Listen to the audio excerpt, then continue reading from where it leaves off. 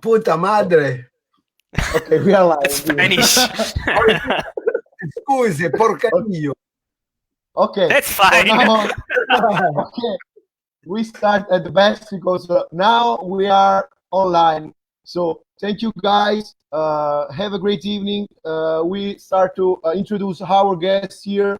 Tony, Demolition Man from Venom Inc. Thanks, Tony. Be here. You're welcome. Hi. Thank you for having me. Just want to spend some words about Volt Lab. We are a new music association based in Naples. We try to give a voice for thousands of projects, art projects, cinema, and music that are struggling in this era. Okay, Yeah. so we have the honor to have Tony here for as the first guest of this series. So thank you, Tony, again. And Yeah, thank you very much.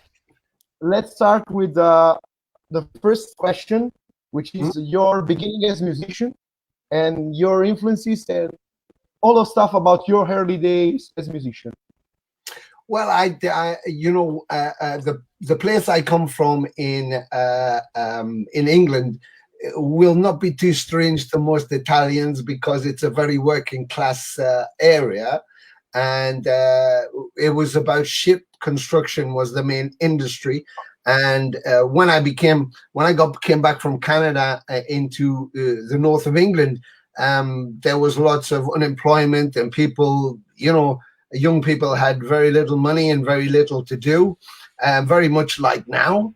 And of course, when I think when youth has deficiencies in their social status, like no money and no jobs and nothing to do, they find a way to be creative, and it usually comes out in music. And you have revolutions in music, like Elvis or the Beatles, or of course punk rock in the UK with the Sex Pistols and the Clash, and then you had the movement in America with the Ramones and the Misfits, and then New York Dolls, and then Venom kicked a big hole in a wall that was corporate music. That meant that you could actually you didn't have to have loads of money behind you and a massive record company behind you. If you wanted to do it, you just fucking did it. And I think that attitude that they had in the late 70s, that pushed a hole through the wall, and everything followed. Everything followed that. Metallica's and Slayers, and look what we have now, just the most amazing musical scene. And when the corporates say underground music, these days they use that to distinguish between what's kind of they're selling, the Rammsteins and the Ghosts and all of that, against where it comes from, which is the kids and us, people in bars and clubs and in rehearsal rooms working crazy on internet making music. And I think that it was no different for us when I began. My sister had an acoustic guitar, and I always wanted to play it, but I didn't know how to play it. And when I eventually got it from her, it was so old and rusted. It had 3 strings on it, but I didn't care. So I just used to pretend to play songs on it. And then I even made an album cover out of some cardboard and put it in my record collection. And then every day I'd get up and think, oh, what should I have a listen to? And I'd pull the albums apart and I'd find mine and pull it out and go, oh, that's my album. So, I had this thing. I just wanted to make an album, and I loved punk rock. I went to every single show I could. I saw everybody from, the Damned to the Slits to everybody that I could get to. I couldn't get enough of it. It was like a revolution for me. It was like, oh my God, I don't have to be the best musician or the best singer, but I can express myself. And this is amazing. And then I walked into a club one day to see a band I'd never heard of. I thought they were kind of a punk band, and everybody said, no, they got long hair. They're like hippies. And I was like, oh, okay. And I heard this noise. It sounded like somebody backing up a truck. And it was Lemmy Kilminster's bass guitar. And it was Motorhead. And I was like, oh my God. I walked out shell-shocked. I'd never heard or seen anything like it. It was the coolest thing to look at. It was the most amazing thing to hear. And I just knew that's what I want to do. So, I managed to get my mom to come with me and buy on a hire purchase, a bass guitar for me. After going to every shop and not knowing what it was called, I kept going, I've got to get this bass. And they'd bring out these bass guitars. I go, no, it's not that. It's not that. And they go, what is it called? I go, I don't know. And they go, well, what does it look like? I go, it's kind of weird. And then we did all the shops, and my mum said, that's it, fuck it, we're going home, I've had enough. And there was one more shop, and I said, please go, can we just look in this last store just in case? And she said, no, we're fucking going home. And I said, please, Mama, come on. So she, bless her, she took me to the last shop going, fuck, he doesn't even know what he's asking for. And I said to the guy in the shop, I want to get a bass guitar. And he's like, oh, what kind of bass? I went, I don't know. And he said, well, do you have something in mind? I said, oh, yes. And he said, well, what does it look like? I said, it's kind of weird, I don't know. And he said, oh, you got to give me some more to go on. So he said, well, which bass guitar is it? I said, well, I saw this band last night at the university. And he said, Motorhead. I went, yes, that's them, Motorhead. And he said, oh, a Rickenbacker. I went, yes, I guess that's it, yes. And then he brought it out, and it had 4 strings, and I figured, well, that's the one. And I took it home in a box and held it like this. And then I just sat at home. I didn't have a strap. I didn't have an amp. I didn't have anything. But I sat with just this bass guitar on my knee, and I learned every single moment that Lemmy played off the first album. And then I got Overkill, and I learned everything off there. And that was the beginning of my journey. But by the time I was doing bands and stuff, I guess, that was my journey in metal. I mean, I'd been doing some punk stuff and that, but I really turned into, something more then. But I think what we did then, all of the bands, including Venom and Tigers of Pangtang, Raven, Metallica, Slayer, all of the bands then were underground bands. We were in clubs playing to fans. And it when I hear the term underground, to me, it means where it begins. It's like the birth of something. And I love that. You could say that tattooing is the ultimate, and Da Vinci or Michelangelo was underground because he was inside buildings painting a ceiling, for example. Whereas now the culmination of that kind of incredible art becomes tattoo artists, and that's the exposure of it. So it's kind of in that way. I think it's all connected. Yeah. So that was my kind of journey anyway. Sorry. That's where you begin. Now, can you tell us about the early days of Venom and Atomkraft? Yeah, well, at that time in the area we lived, there was like hundreds of bands. Everybody you met was in a band or played a guitar or was doing something. We all were enjoying the music that was around, and it was like the heart of a heavy metal city. And all the famous characters that became famous. And I had my band, and of course there was one record label near the town, and that was Neat Records, Impulse Studios. And I first took my punk band in there. We went to look to see if we could do a demo, and the guy at the desk said, if you go upstairs to the studio, there's a guy up there, he'll show you around and explain stuff. So we went, okay. So we went up there as a punk band, and the guy we met who showed us around was Conrad, who was working at the studio on a government course, So he was explaining everything. And then he said, he had a band too, they were kind of heavy metal, and they were going to record something. I was like, oh, okay. Didn't think anything of it. And then fast forward a year or so, where I lived in my street, across the road was a girl who had some brothers, and her boyfriend was this guy who used to walk up and down. I used to see him, who had long blonde hair and a handlebar mustache, and he used to wear cowboy boots with flares, and he was called Jeff Mantis. And I used to see him going up and down all the time. And then her brother came over to my house one day, because he used to come to my house and jam guitar and stuff. And he knocked on my door real quick, and I went to the door, and he said, oh my God, my sister's boyfriend? And I was like, yeah, the blonde-haired kid. He was like, yeah, fuck, they just made a record. And I was like, fucking no way. And he said, yeah, look. And he held up a 7-inch single, was In League with Satan. And it blew my mind. I was like, oh my God, people like us don't get to make records. We do demo tapes and stuff, but we don't make records. That's for like real people, real bands. Anyway, I took it in, we played it, and I was just blown away. And it was done at Neat Records. And of course, I'd had done demos there, and it had become the label by then. And Raven were friends of mine, and that's how we wanted to get on there. So it took me quite a while. We kind of split up about 1983, and I went to Canada for a year, and I returned back late 84, and then traded a very nice guitar I had for a really shit bass that Conrad had. Kronos used on the live 1984 Hammersmith show, this Black Flying V, and it was a piece of shit. But I had this really brilliant guitar that I had bought in Canada to play over there. But I didn't care. I just needed to have a bass. So he thought he was getting a great deal. But for me, it was like, I got a bass. That's good. So we traded. And he said, so you have a band? And I said, well, I kind of just come back from Canada, but I need a drummer. And he said, I know a drummer. And he introduced me to Jed Wolf. Jed was the brother of Eric Cook, who used to manage Venom.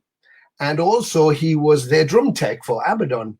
So we kind of all blended in together at that point, and the rest was kind of history. So we'd always been around each other, and we knew what was going on, and I knew who they were, and obviously their music and everything else. And every time you went to a bar, you'd see one. So it was kind of like that was what was going on. I don't think any of us realized the impact that was having outside of that area, but we kind of our musical journeys and our lives were in parallel.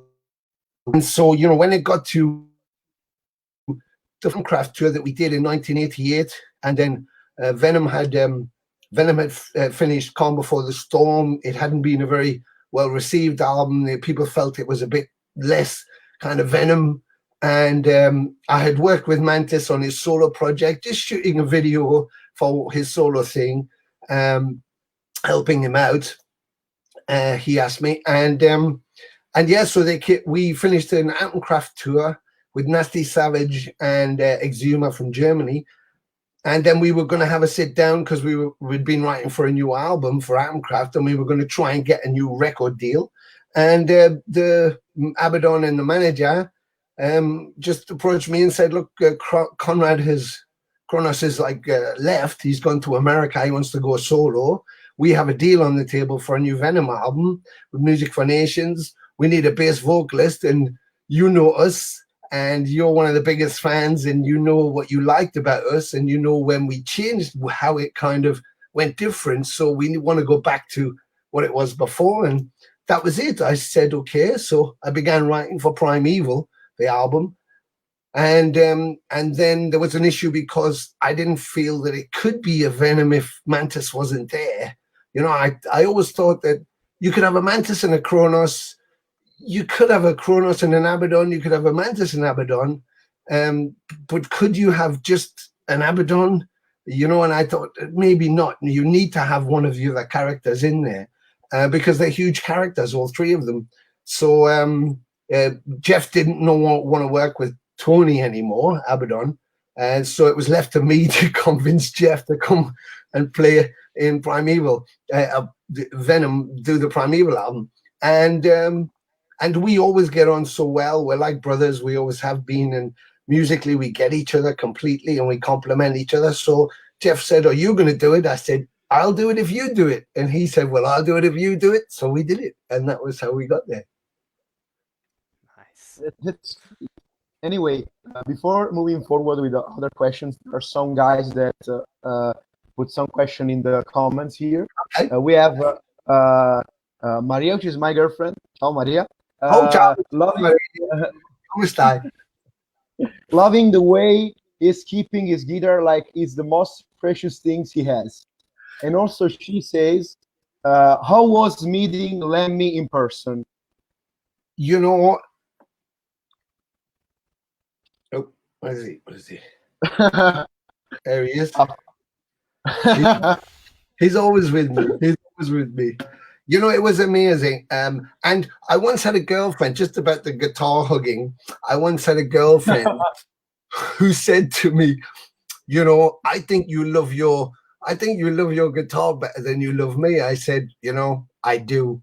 And she said, how could you say that? I said, it's never going to cheat on me. It's never going to tell me a lie. And it's always going to be there when I need it. And that's why I love it. But anyway, it was amazing because the first few times I met him, I couldn't even say anything, you know, because he's Lemmy and it meant so much to me. And so I'm never been a kind of comfortable in those situations with my heroes. And I'm not a ligger, so I hate going to get passes to somewhere because I always feel kind of weird that I could get in for nothing when people are there. But, you know, I seized an opportunity. 20 years ago, I was somewhere backstage. They were doing a tour with Anthrax, and I went back with a journalist friend and a guy from Sony Records, and I had an opportunity, and I just spoke to him, and he was just brilliant. Of course, you know, I thought I could tell him how much he meant to me and how he changed my life and blah, blah, blah.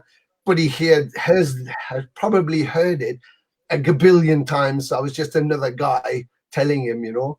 But I just asked him more kind of spiritual questions, I guess, you know. How do you feel and how does it feel and what's your take on the whole thing, you know? And so the next time I met him, he remembered, and I got to talk again in the same way, you know, and it felt much more comfortable then. And then the final time I saw him was about a year before he died.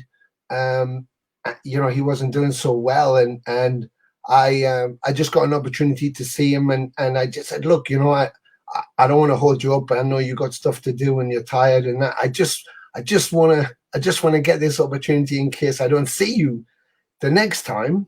Not saying until you might die. I just thought, you know, I might not get an opportunity again. So I just said, what should I do? How should I be? You know, what would your advice be? And he said, always respect your fans and just be honest. That was it. And I thought, okay, that's what I will be. And we were in America on tour and with Venom Inc. And we got to a place and someone came to me and said, Tony, Lemmy's died. And I went, what? And he went, yeah, he's gone. And I was like, fuck. So my technician came in, and at that point I was only drinking silver tequila. That was all I would drink. No beer, nothing, just tequila. And my technician came in and I said, will you do me a favor? Will you go get me a JD and Coke with ice and go and put my microphone into a Lemmy position? Because tonight I'm going to take him with me on stage. Look, I'm getting emotional now even saying it.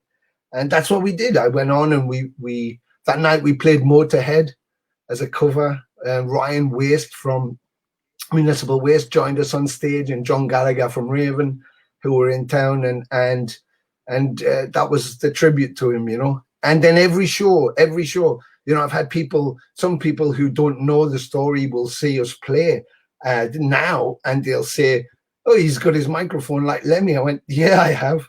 And I put my War Pig necklace on every show. And I have a Jack Daniels before I go on stage every show, because he was so important to me as a musician and as a person, and how he was, that he was an example for musicians on how to be and how to conduct yourself. He respected everybody, and he respected his fans more than anything else. And he realized why he was able to do what he loved doing and who he was, because of his fans.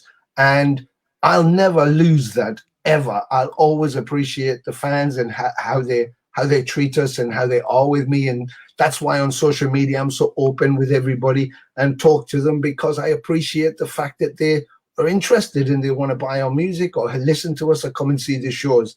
And so every day I go on, when we play, I take him with me. So he's always with me. I'd never lose him.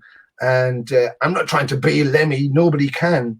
And I'm not trying to mimic Lemmy. Nobody can. He was just him. But it helps me to know that that's why I'm there, because of him, you know, because of how he inspired me. And so that's what I'm doing. I guess every show for me is a tribute to my hero. That's really huge, because Lemmy is, I think, it's the godfather of an entire genre. Personally, he brought me to know punk rock music, because I started to listen Motorhead at 7 years old. Yeah.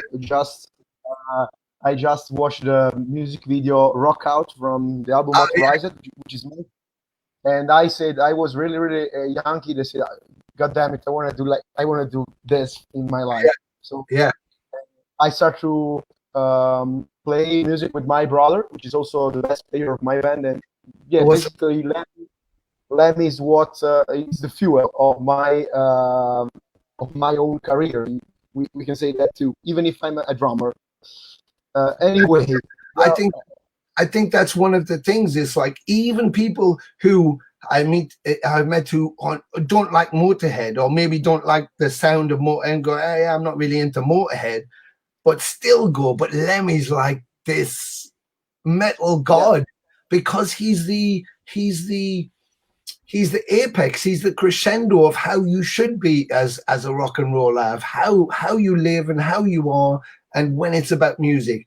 And you know, I did an interview the other day, and some guy said, what would you say to a young musician? I said, if you know, I speak to young musicians all over the world, from, you know, South America, from Guatemala to Japan to China to Russia to New Zealand, and everybody says, and everywhere in between, and everybody says the same thing. Yes, but it's so hard for us, for the bands. And I said, you know, it was never easy. It's never easy. You don't wake up one day and go, I want to be a guitarist, and the next day go, now I want to be Metallica. It just doesn't work like that. So, you know, you have to take the journey. And, you know, Lemmy died a legend. Nobody would argue that he was a legend. From the lowest band on the platform to the biggest band on the planet, everybody would go, Lemmy was a legend. But for the first 5 years or so of Motorhead, they couldn't get arrested. Everybody said they were shit. Nobody wanted to know. They played to hardly anybody in the club. But it didn't stop him. And that's what I tell you guys. If you're meant to do it, if it's who you are, nothing will stop you. And you'll get there, because that's who you are. And the people who get to a point where they go, fuck it, I don't want to do it anymore, they were never going to get there. They were never going to be that. They liked the idea and they enjoyed doing it, but it wasn't who they are. And when you're a musician and this is what you're going to do, you know that that's nothing will stop you. You can not eat, not shower, not have any relationships, have no money, but as long as you've got an instrument, you're going to fucking keep playing. And that's what it's about. That's great. That's really, really great. Anyway, I'm reading also the comment. I just want to read some of those. Juan Vargas says, greetings for Colombia. And he said the experience in Latin America in the last tour. I will also, Tony, tell you more questions so we can answer all the guys that try to talk with us without any problem. Yep. Sylvia from Sylvia, ciao Sylvia, said weird thing happened in tour with Venom. And Rocklex said, Tony, I remember now very well the beautiful cock interview. Oh, I haven't got my cock with me. Sorry, Alex, I don't have my cock with me. I should have done that. Actually, if we do it the next time we do another one, because Alex is in Austria and he runs a label called War Records, has an amazing collection of his own music, Yurikai, and he actually did an Atomkraft 7-inch with me, which was brilliant. And I did an interview at Bloodstock, 2 years ago, and I had this little cock, little model cockerel, and so I had it in my pocket, and then I would go to people, would you like to see my cock? And then I get my cock out. And Alex sent me a few months ago a t-shirt that says, are you looking at my cock, with a cockerel on it. So I promised I was going to wear it, and I forgot to take it. So I do apologize, Alex, but I will get my cock out for you next time. Tony's wearing Italian t-shirt because we are talking us. Next time he will wear the Proud. cock t-shirt. That's huge. That's really huge. Anyway, greetings from Albania. They asked another comment from Gonzalez said, "Your three are great. Greetings from Mexico. Kirion, I'm your fan." Kirion and me, for those who don't know, we're playing in Jump Scare. I'm the drummer, he's the singer. But now, I'm the singer. talk with Tony. Talk with Tony. We are not do self promotion here. We are talking with Tony. Anyway, It's still cool. thanks. Still cool for them. Anyway, David Young said, "Do you think we will ever get re-release of Venom albums that you were on?" Well, funnily enough, that they have just, I think, Plastic Head Distribution with Dissonance Records have just released my Atomkraft stuff on vinyl and on CD, and Primeval's just been re-released. I think it was done on the cheap because some of the tracks are spelled completely wrong on the back, but they've just done the Primeval one. But there's a problem with the other releases because the master tapes were sold to Sanctuary Records, who were then bought by Sony or Universal BMG. So now there's a complication over ownership, so they won't license the other music. But they've licensed Primeval, so Primeval's just gone out. So if you go to Dissonance Records or Plastic Head, you'll see that you can get the album and the CD again. But the other two albums, not so much. But that was why, you know, when myself and Mantis were doing Empire of Evil, the last album we did before we were recording the new album, where we had we called it Crucified, and we basically took the best songs that we felt from the Wastelands and from Temples of Ice and re-recorded them with Mark Jackson on drums, who's now with Acid Rain. And so we did that so that people could get some of the songs kind of in a re-released form. So I think at the end of the day, Primeval's out, but maybe the other material we're going to have to re-record. And I know for a purist, that's the worst thing. They don't want to have the album re-recorded because it's then reproduced and, you know, it's smoother and it's not like, it doesn't have the same kind of passion in it. But that's the only way, I think, because politically, I don't know what's going on. The reason the albums were held up from re-releases for so long, to be absolutely honest, is that Kronos is signed to Spine Farm, which is a subsidiary label of Universal, and Universal had the master tapes, and Kronos doesn't want to have any Venom that's not him out. So, you know, they had to just sit there on a shelf. And I was like, kind of, you know, people distinguish between myself and him. So what difference does it make? You know, if you buy a Primeval or a Temples of Ice, it doesn't mean you can't buy it over Satan or black metal, and you're going to like whatever you like. So I thought it was a bit strange, but that's where we are with that. Okay. Another question is the weird things that happened to you on tour with Venom Inc, I suppose. One of the weird things. All of it. Yeah. I don't think there was any. I mean, you know, usual things. You know. All kinds of crazy stuff like tires blowing out in the middle of the night, nearly going off a cliff's edge in Norway when the driver couldn't see, had no lights on. You know, just the roof lights blowing out on a motorway on a rainy day. All that kind of stuff goes on. But I think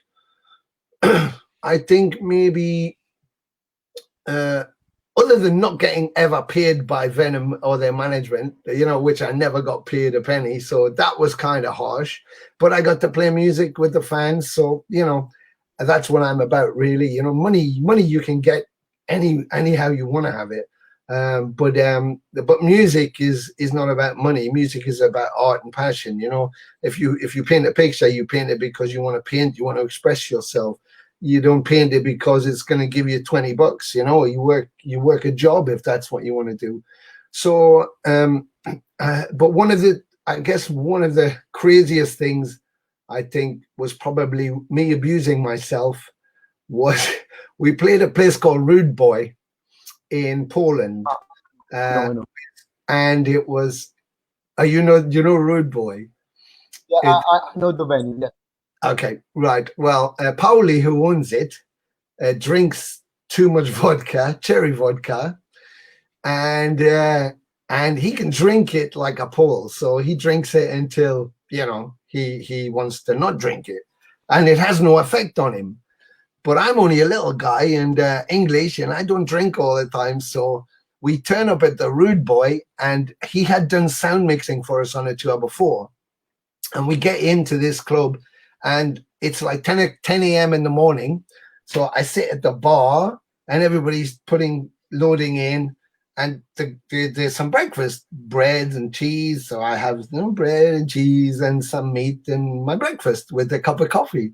And the girl behind the bar, she comes and she puts a shot glass down in front of me with this liquid in. And I said, excuse me, what's this? And she said, it's for you.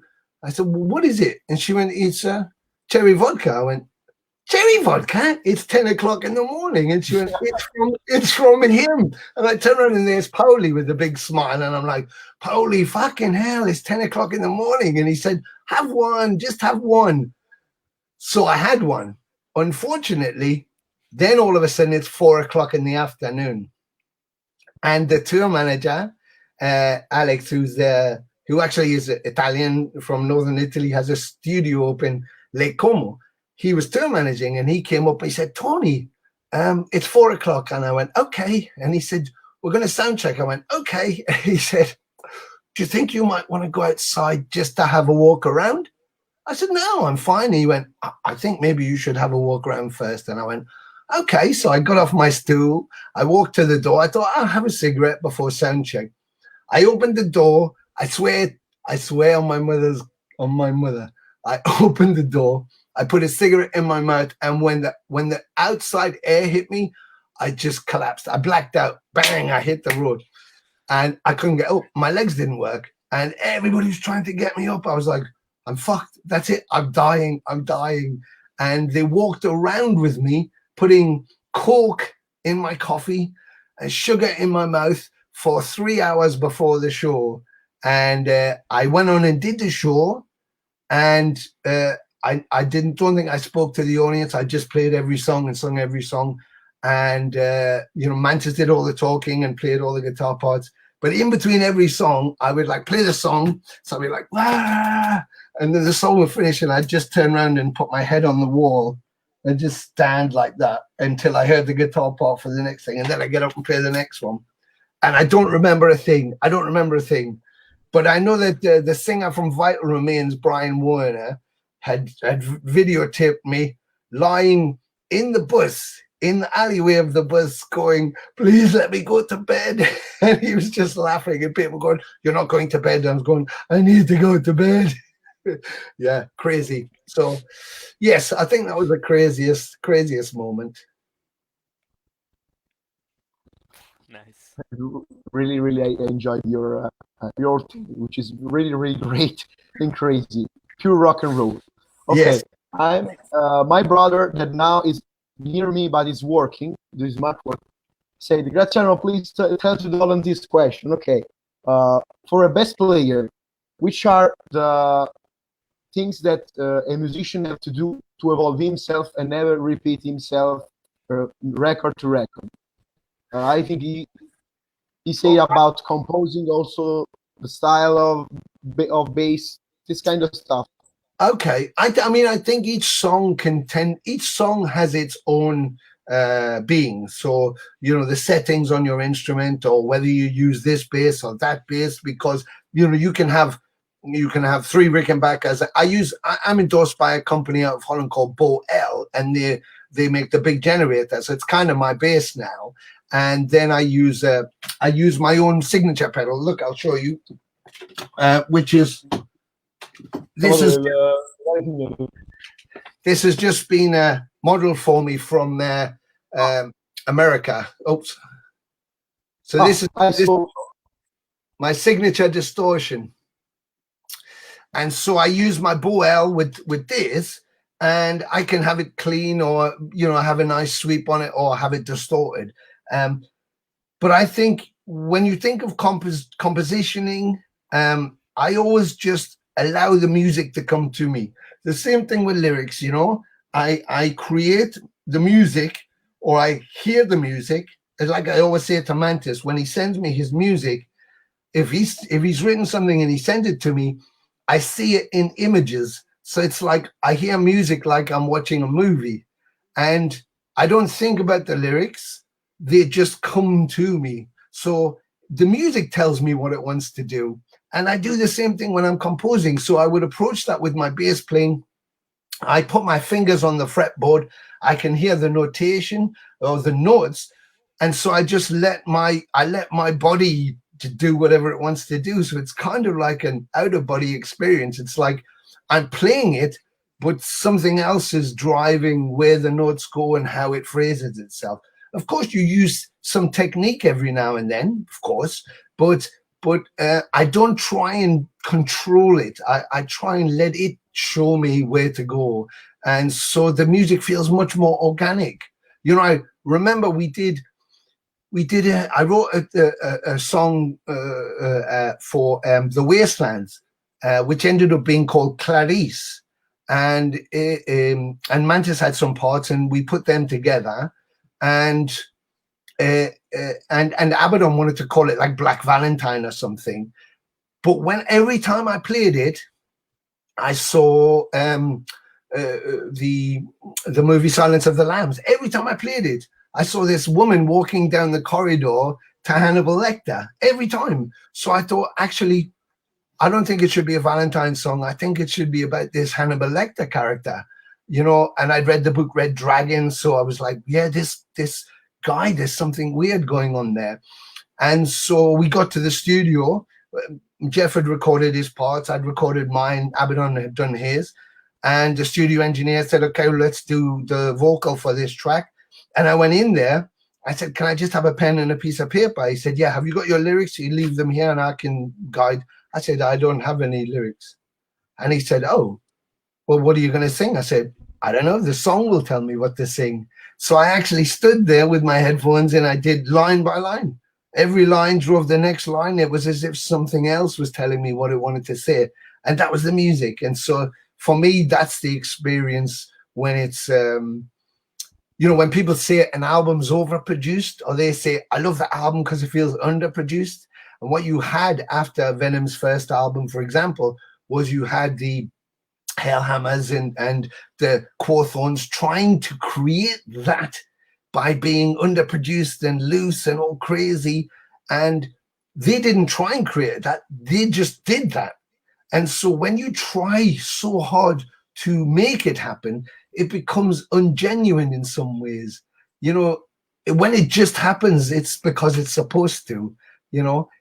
We can create the Big Bang in Zurich in a controlled environment, but the Big Bang that created the universe just happened, and we don't know why. But that's why we ended up with us being here. You know, so it's that kind of thing. You can control it, but is it the same as when you don't control it and it just happens?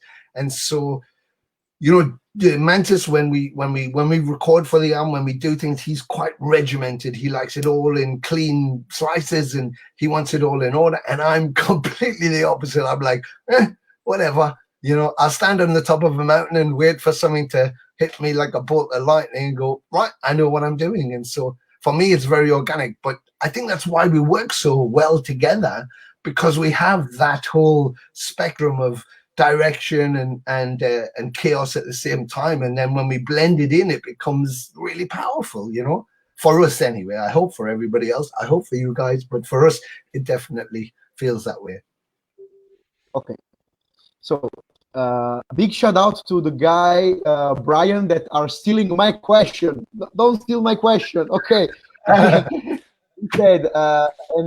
He said, what was opening for Misfit, which is the original Misfit with Glenn Danzig, Doyle, Jerry Only. which is one of my favorite bands of all time. And he also said the new another Venom Inc record. He said, we were asked by Glenn Danzig to when we did Arvia, he has a festival in a place called Silverado in a lake in a canyon near where he lives, and he had Devil Driver and Ministry and loads of bands. And then we got a message saying, would we like to come and play at the festival? So we said, yeah, that's great. So we went and we played. We didn't really meet Glenn and hang out. I mean, we saw him, but we didn't say thank you, of course, for inviting us, but we didn't hang out or anything. And then the next year, I get a call from his management, and they say, Glenn is doing a tour, 7 shows in the West Coast of America. He's got Power Trip on, Mutoid Man, and he wants to know if Venom Inc. would be the main support. And I was like, wow, yeah, that would be great. Tell him thank you so much. So we did. We went over and did that. Then we spoke more, and he was brilliant. He's such a creative mind. He's like an Andy Warhol of music, he's like weird at the same time creative, but he's always thinking about, the creativity, and I liked him so much. And people misread him a lot, but there's something about him. He's quite incredibly creative, and I had lots of respect for him. And we had a fantastic tour. We were playing to the lowest number we played to was like 3,000, 4,000 people. And then we played to like 15,000 people. And I was like, what's going on here? And it was amazing. And of course, Power Trip are a fantastic band, and Mutoid Man are on another level completely. So it was like, well, with these amazing bands on this cool tour with Glenn, who was being just so generous. And we thought that was it. I thought, he doesn't do too many shows. That's what it is. And then, we got a call, and they said, look, Misfits are doing a show with Jerry and Doyle. They're playing Chicago Arena. It's like a 15,000 seater or whatever. And they want you to come and play it. And it was like, what? And they said, yeah, just fly in, fly out if you would. It was like, fuck yeah. So we did. And Jerry's, amazing as a person. He's just like us, he's a real person. He's really cool. Doyle is the same. Doyle is quiet and this mammoth of a man. And what a performer. He looks just so fucking cool up there, but he's just such a nice guy. And they were all there, and Power Trip did it again. And it was incredible, to walk on stage, the three of us, with the lighting state we had in front of like an arena full of people. Was like fantastic for us. But then I got to watch the Misfits whole show, and I think they did maybe 3 hours or something crazy like that, and they played every song. So it was like bang, bang, bang, bang, bang, bang, bang, bang. And I was watching it going, fucking hell, this is insane. But what was crazy was the crowd sung every lyric to every song, every single lyric to every song. You had 15, 20,000 people or whatever it was singing. It was like, I was just standing there going, what the fuck's going on? This is insanely cool, And I mean, the whole experience was amazing. We talked about a lot of other things that could happen, but I kind of think they have their politics and all that. So, but for us, it was just brilliant, for Glenn to invite us to play his festival, the Blackest of the Black, then to get to do the tour with him, and then to finish the whole thing off with the original Misfits in Chicago. It was snowing outside. It was a typical snowy Chicago night, and then you go inside this fucking gigantic arena with the noise. It was like, wow, it's the stuff that makes you think, this is why I do what I do, because there's moments like this, and they stay with you forever. Yeah. Amazing. I also saw the bass drum skin with the Venom logo incorporated with the Misfits logo, which is awesome. Yeah.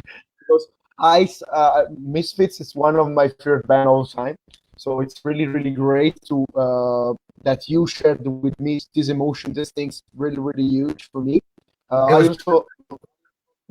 was just going to say, I actually had the same T-shirt as Doyle. We have a friend who's called Dale Hoover who lives out towards Kansas, and when he, before we did the Misfit show, he came to our show and he gave me a shirt that he'd printed himself, which is the Misfit skull, but it says Motor Fits. So it's like Motorhead Misfits, Motor Fits. And so I wore the shirt. And of course, when we got to Chicago, I thought, I got to put this fucking shirt on. So I had the shirt on all day. And I was going in to get some food. And as I was walking in, Doyle was coming out and he had the same shirt on. And he went, "You got my shirt on." I went, "You got my shirt on." So it was cool. It's the purest way to be, rather than being at a festival and seeing all these bands walking about trying to get recognized and thinking, yeah, I'm kind of special. It was none of that. It was just everybody together, the same kind of feeling like we've got here, except there was this huge show going. So I love that. I love that. For me, being an old punk and being kind of non-rock star, I guess, for me, it was perfect. It was perfect. That's really, really cool. Anyway, people is asking about news, but I know that you are in the recording process of new Venom Inc. album. Yes, I missed it. Yeah, I talk too much, but that's the Italian in me, isn't it? And yeah, I just how can we expect about this new stuff of Venom Inc? Well, I had to have a hip operation last year, about October, November, or August. So we planned on doing Wacken Festival because we did Hellfest and Wacken, and we toured, and we thought, right, we'll get to, when we finish Wacken, that will be it. I'll have my hip operation, get my new hip, and then we'll just spend the time working on the new album.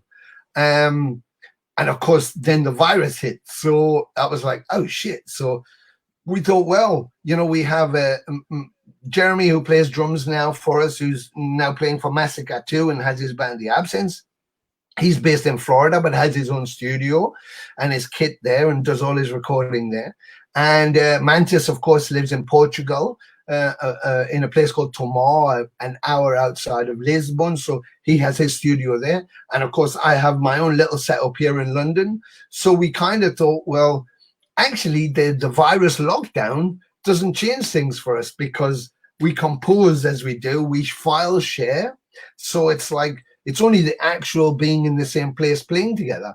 But look what we're doing now. If we're laying down a track, the three of us, we've got us here. We've got bass, vocal, guitar, drums. We can do whatever we want to do. So that's kind of how we do it. We kind of file share our stuff. We listen to it together. We discuss it. We can pass it back and forward.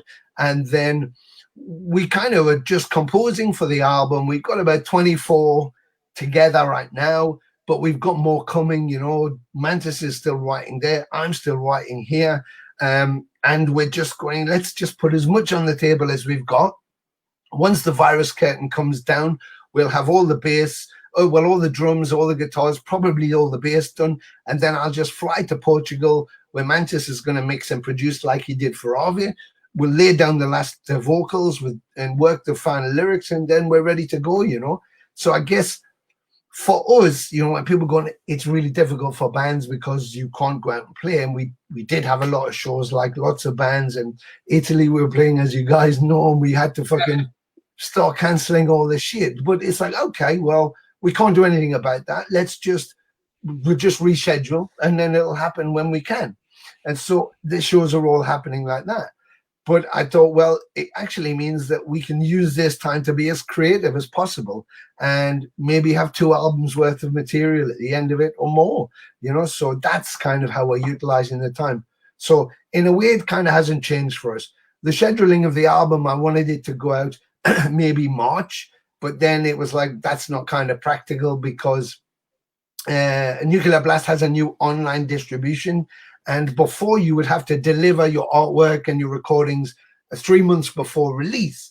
Whereas now with the online distribution company, it has to be 4 months before.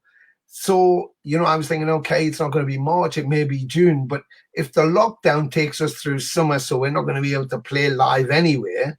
And I think we're very much a live band. I mean, we do studio stuff, of course, but I want us to play the stuff live. So if the album's delayed until we can release it, then go out and play it, then fucking that's perfect for me. You know, I think we don't have to have any pressure on to get something online. I mean, right now, Jeff has began doing studio reports. So if you go to his Facebook page every day, he does a studio report, plays a little bit of the album, talks about how he's setting up, how he's working on his in the studio and doing stuff like that. I think tonight he's doing guest, like you could pick a Venom song and he's going to show you how he plays it, and he's going to do some of them. So, you know, we're just trying to be as interactive as possible, and so it's working out okay for us at the minute. So hopefully that's until we all go crazy and start eating the neighbors and accent.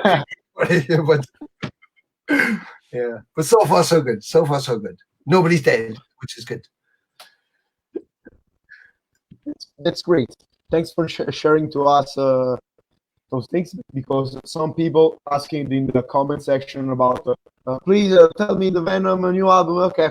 He told us, Tony was really glad to share this with us. That's just really huge. Okay. Anyway, Andy says inspirational guy, Demolition Man forever. Yeah. Grazie. Thank you. And basically a guy, Brian, just steals some question, and I will go forward, saying, can you please say something about your experience with M-Pire of Evil? Because I know that you collaborated with Francesco Frullo, which is now playing in some Italian thrash metal big acts like Extrema, or the Advargate music band called Yanva, and many other bands too. Yes. How was working with him, and also your experience in general with that project? Well, you know, M-Pire of Evil, we kind of began as Primeval, and it was from Mantis was doing his own project called Drill, and they played a show in Newcastle, and his drummer had broken his ankle doing a festival, so he needed a drummer to do this show.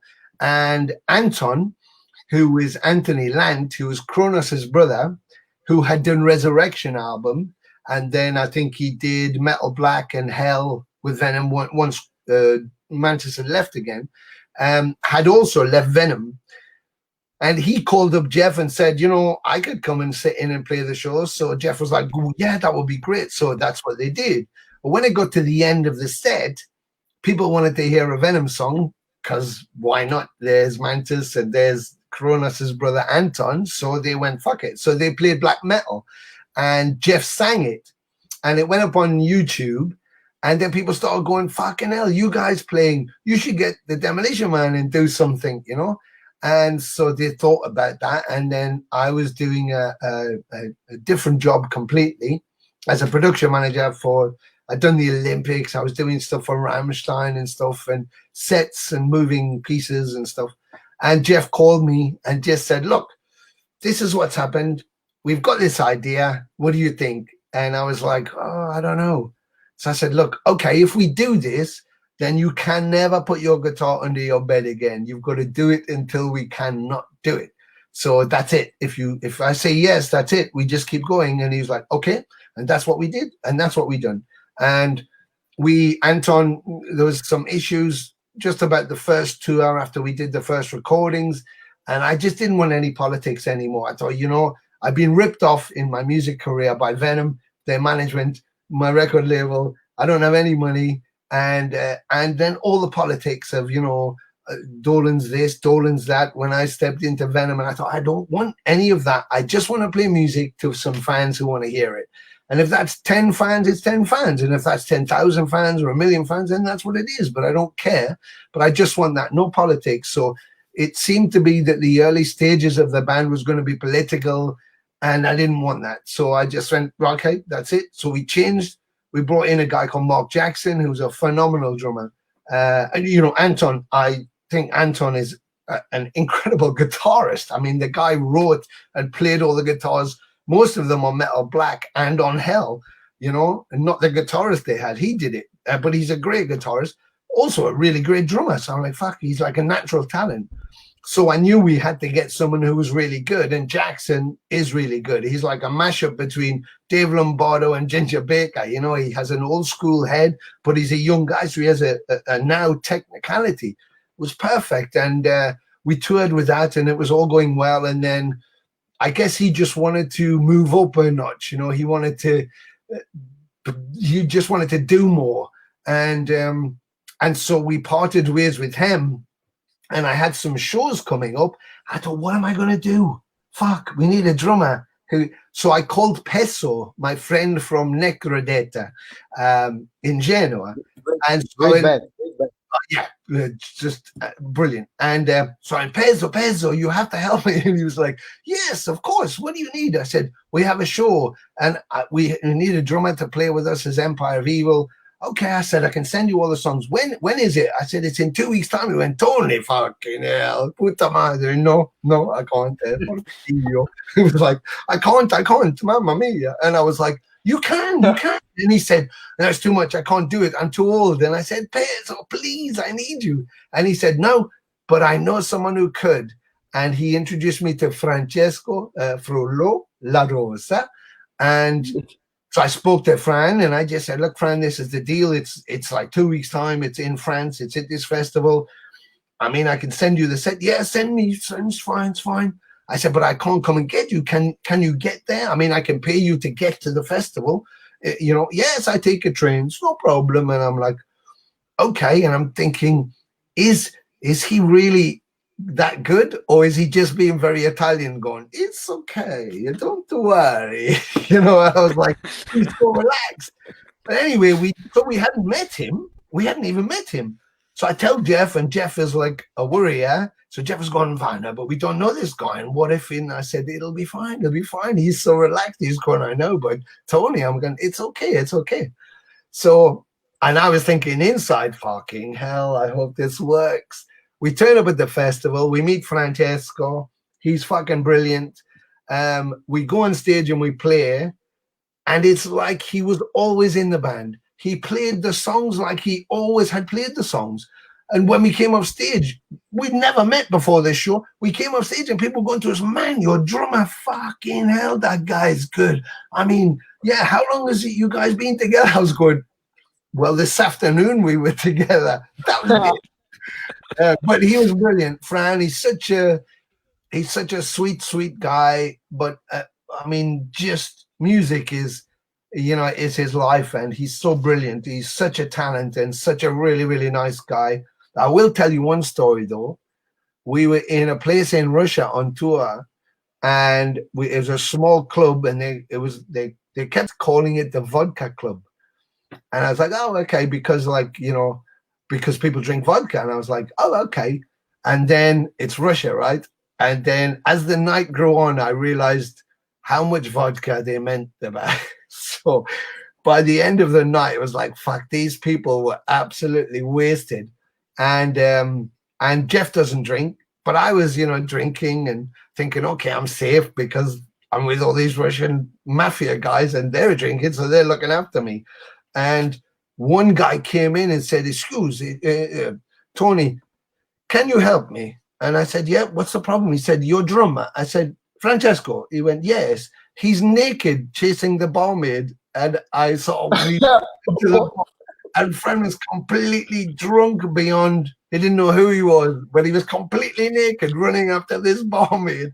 And he said, I don't think he's allowed to do this. I was going, Fran, and we had to get him. I had to hold him while the other guy was putting his trousers on. And Fran was like, I'm so happy. And I said, Fran, you have to calm down.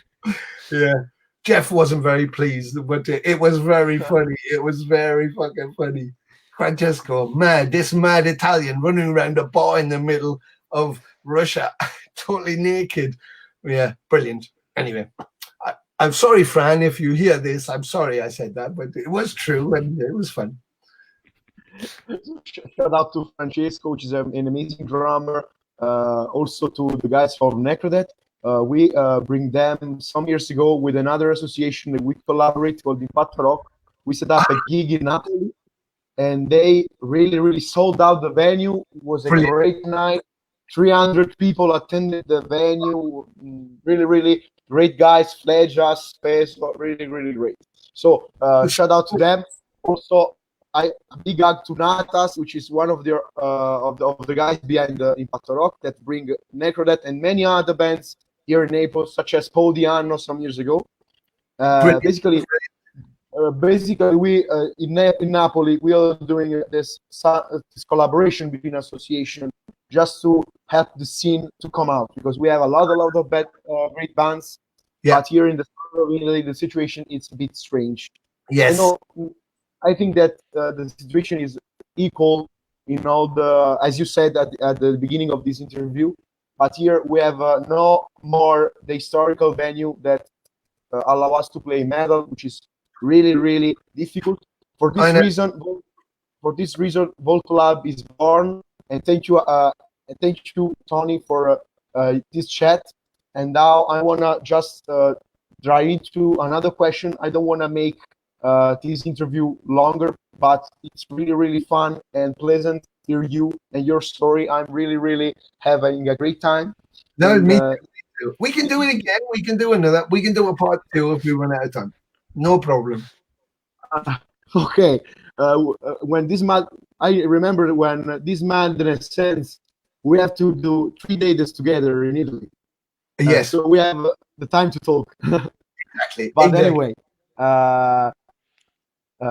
okay. Tony is freezing now in the screen. I wait that. Tony, can you hear me? Yes. I saw your face is freezing like this.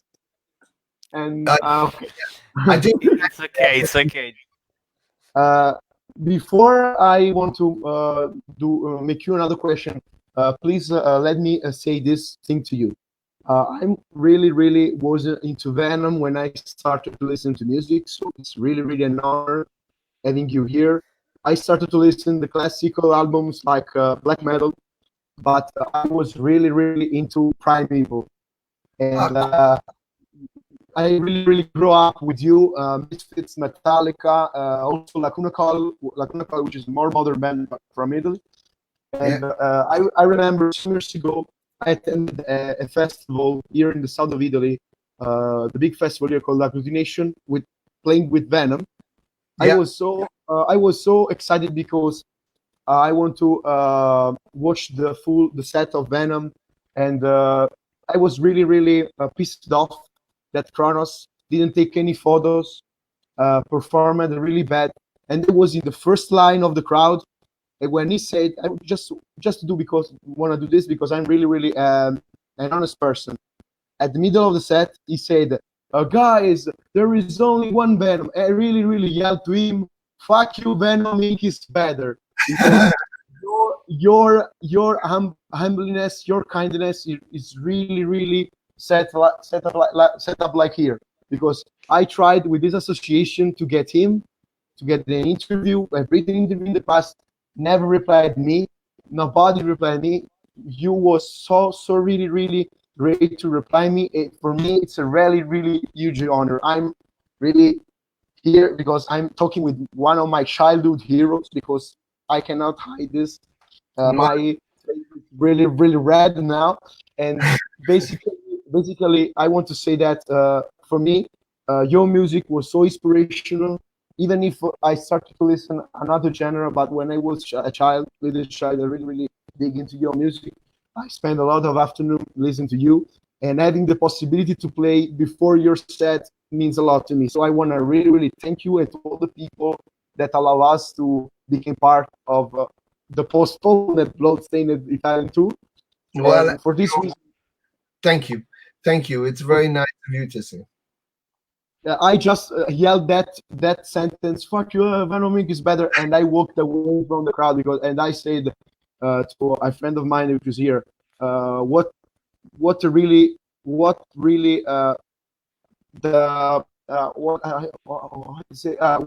the famous thing can ruin person, because I think that people are not like this when they are trying to start a product.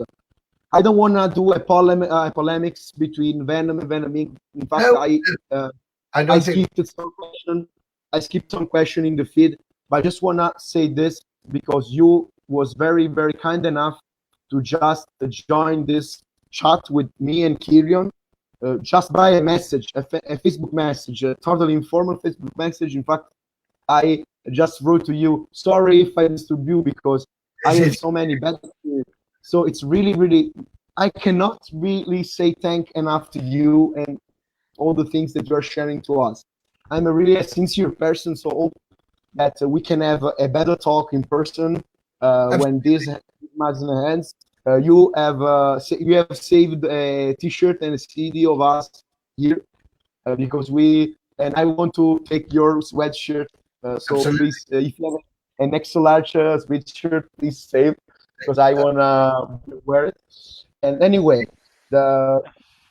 this topic, it's kind of okay out of conversation, but it links with the question that I want to do between how is working with a major label like Nuclear Blast and the difference between the past music industry and nowadays, because nowadays we have streaming online, Spotify stuff, Apple, also some illegal download, but I think that also in the past, cassettes, CDs, vinyl, which are in trend at the moment. So you as a musician, as also a fan, what's your reaction to these changes, to this evolution of the music industry? Well, first, I would definitely say that Nuclear Blast began as a label by fans of music. And, several people there I've known for, since we were all young guys going to shows and trading tapes and listening to music. So for me, it's a natural home. Like, SPV, Ollie and Ollie Han there is just an amazing person and loves music. And, so I have total respect and for these people. And so to be able to be with Nuclear Blast is amazing. And they allow us our creativity. They support us when we ask for it. They don't bother us about things. They allow us the freedom. And if we need them, they go, okay, what do you need us to do? And they've been amazing, absolutely amazing with us. Because we're old fucking grumpy old guys and we kind of have our ways and they allow that. But, we deliver for them as well because we want to succeed and we want to be with them. So, they want us to do 3 albums, initially, and they've allowed us to do it the way we want to do it. And I think that's amazing. Some labels won't do that and some labels will promise you lots of things, but they don't come up with anything and they don't support you. And so for us, I think we're in a really special situation. As far as how it's changed, I think, the corporate industry, when interneting began, for a band, I think it's brilliant because you can be one guy, and there's nobody in your village or in your town that gets your music or that wants to play with you or can play with you. So it's like, fuck, I can't be a band. Well, yeah, you can. Cawthorne became a band, didn't he? There was him. And it's like, so now it's even easier because I don't need to be able to play the fucking drums. I can get an easy drum program or I can download drums from an internet file or I can play them on a keyboard. If I don't play guitar, I can pick some guitar sequences or I can call up a friend and say, you wouldn't play some guitar to this for me and send me the file. I can create my own artwork in Photoshop. I can have my own platform website. I can, stream my music on Bandcamp or on something like that, or and sell it for $1 or $2 or something, So I can promote myself, and with web magazines, with Facebook, social media, there's all these metal communities. I can promote myself on there. So I think that's like the old days. We would make our own flyers and paste them all over the city for a show. We would make cassettes, demos in our house if we had to on little cassette machines. You've used the tools that you have, and so I think that's not changed. The downside, that's the upside. You don't need other people. You don't need an expensive studio. You don't need a lot of money, and you can fucking, on your computer, you can use GarageBand if you can't afford a computer program and you're still making music, so you can still be creative. That's the great thing. The downside, I think, is that the industry changed how it worked and they fucked it up. Because, you know, if everybody remembers how much Lars Ulrich got pummeled for that whole thing about the streaming. Absolutely, Yeah. Nobody thinks that now, though. Nobody thinks he was all a greedy, rich little fucking twat then because he just wanted more money. But nobody thought that once they started getting ripped off. And then it was like, hang on a second. Now, my take on that is we create an album and we make the album. And I want people to hear the album. If you can buy it at a show, it helps us. Fantastic. If you can't afford shipping from this company or that company, or if it's not available for you, then you can get it. But some places in the world, people don't have money. They can't afford to get it, and the shops don't have the music in there. So they have an option. I could take it as a stream for free, but I have it. I don't mind that. I really don't mind. I'm sure every record company's going, what, you fucking idiot? What are you doing? But I just want people to have music. And if you cannot get it any other way, and that's how you want to get it, but you want to have it, then great. At some point, I'll make sure that my band gets to you where you live and play for you. And that's when you'll buy a ticket, buy a t-shirt, buy a thing. And that's where I'll take some money to help us survive the next time. You know, if everything's being taken off us, we don't have any money, no bands can survive. So we have to find a way to survive. But I think, you know, I just saw a thing, this pandemic happened. What was happening in Italy, in Iran, in China, in Korea, in Japan. And I was thinking, fucking hell, you know, and I've lost friends to this thing. And this is a scary thing. And I saw it sweeping through everywhere, Germany, Switzerland, Austria, you know, Spain, Portugal, making its way to us, making its way to America. And then people were losing their jobs. Nobody could go to work. So there's no money being made. And we were trying to figure out, we wanted our government to pay for our, you know, rents and pay for our food and pay for our, you know, how do we pay our bills? How do we, you know, so we're looking for all that. In the meantime of all that, the bands, some bands I saw start to put up like crowdfunding. Well, we can't tour. So we can't tour. So can you come and buy all our merch and pay it? And it's like, well, I'm sure if somebody's got any money left, they'll probably want to buy a fucking loaf of bread or some food rather than buy a t-shirt from you. Can't you just give them some music for free, seeing as you're locked down? Do something for free, let them have it. And then when you go back out on the road, I'm sure they'll all be back at work with loads of money. They'll come and see you and buy all your shit. So I just thought that's kind of, you know, they're going, we've got to survive because we can't tour. So can you, who have lost your job and are sitting in fucking, you know, Padua and locked down and can only go to a store, can you spend what little money you have to buy our shirt so that we can survive? You know, it's like, well, everybody's trying to survive. Let's just come together, do everything we can to survive hand in hand, give everything we can for free. And the stuff you want to sell to people, just keep storing it. And then when the curtain comes down and we all go back to some kind of normality, you'll be able to do that then, because these people will be able to go back to their normal lives and their work. But I guess that was all part of the ugliness I find sometimes of the industry. And it's like, you know, hang on. Let's get it in perspective.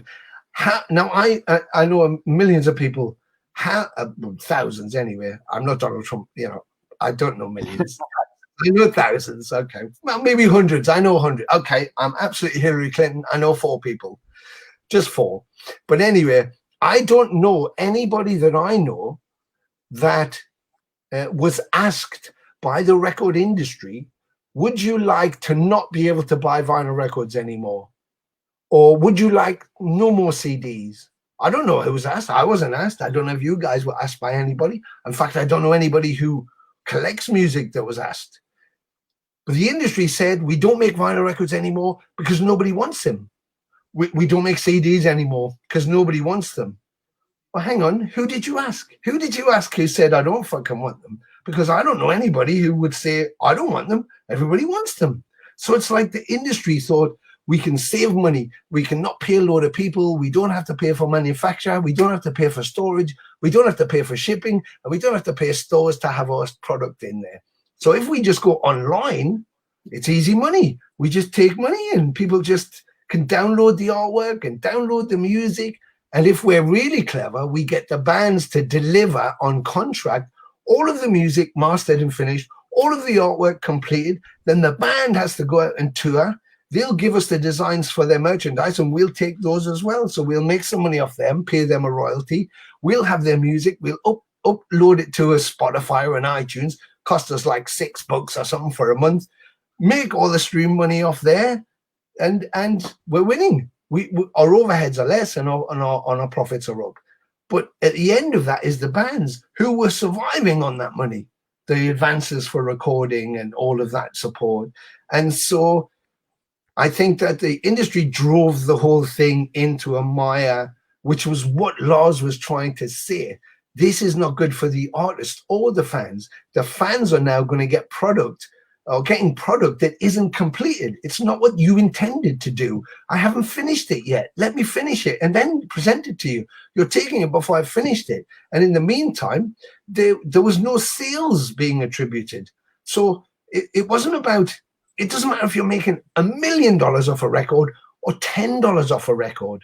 It depends what level of the spectrum you're is how important the money is, but it is the point is moralistically wrong, and that was the point. It's not right for anybody who creates, who wants to keep creating and survives on that creation and the sale exchange of that with it, to have it taken from them by somebody else. You know, I had a fan write to me once and said, "I can't afford your album. Do you mind if I take it on a stream for free?" And I said, if that's how you want to get it, that's what you got to do.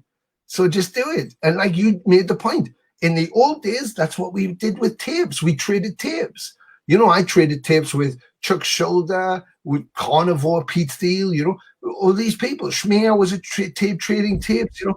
All of these people were trading tapes. You know, the first Metallica demo I got given, and I traded my tape of Atomkraft's Total Metal.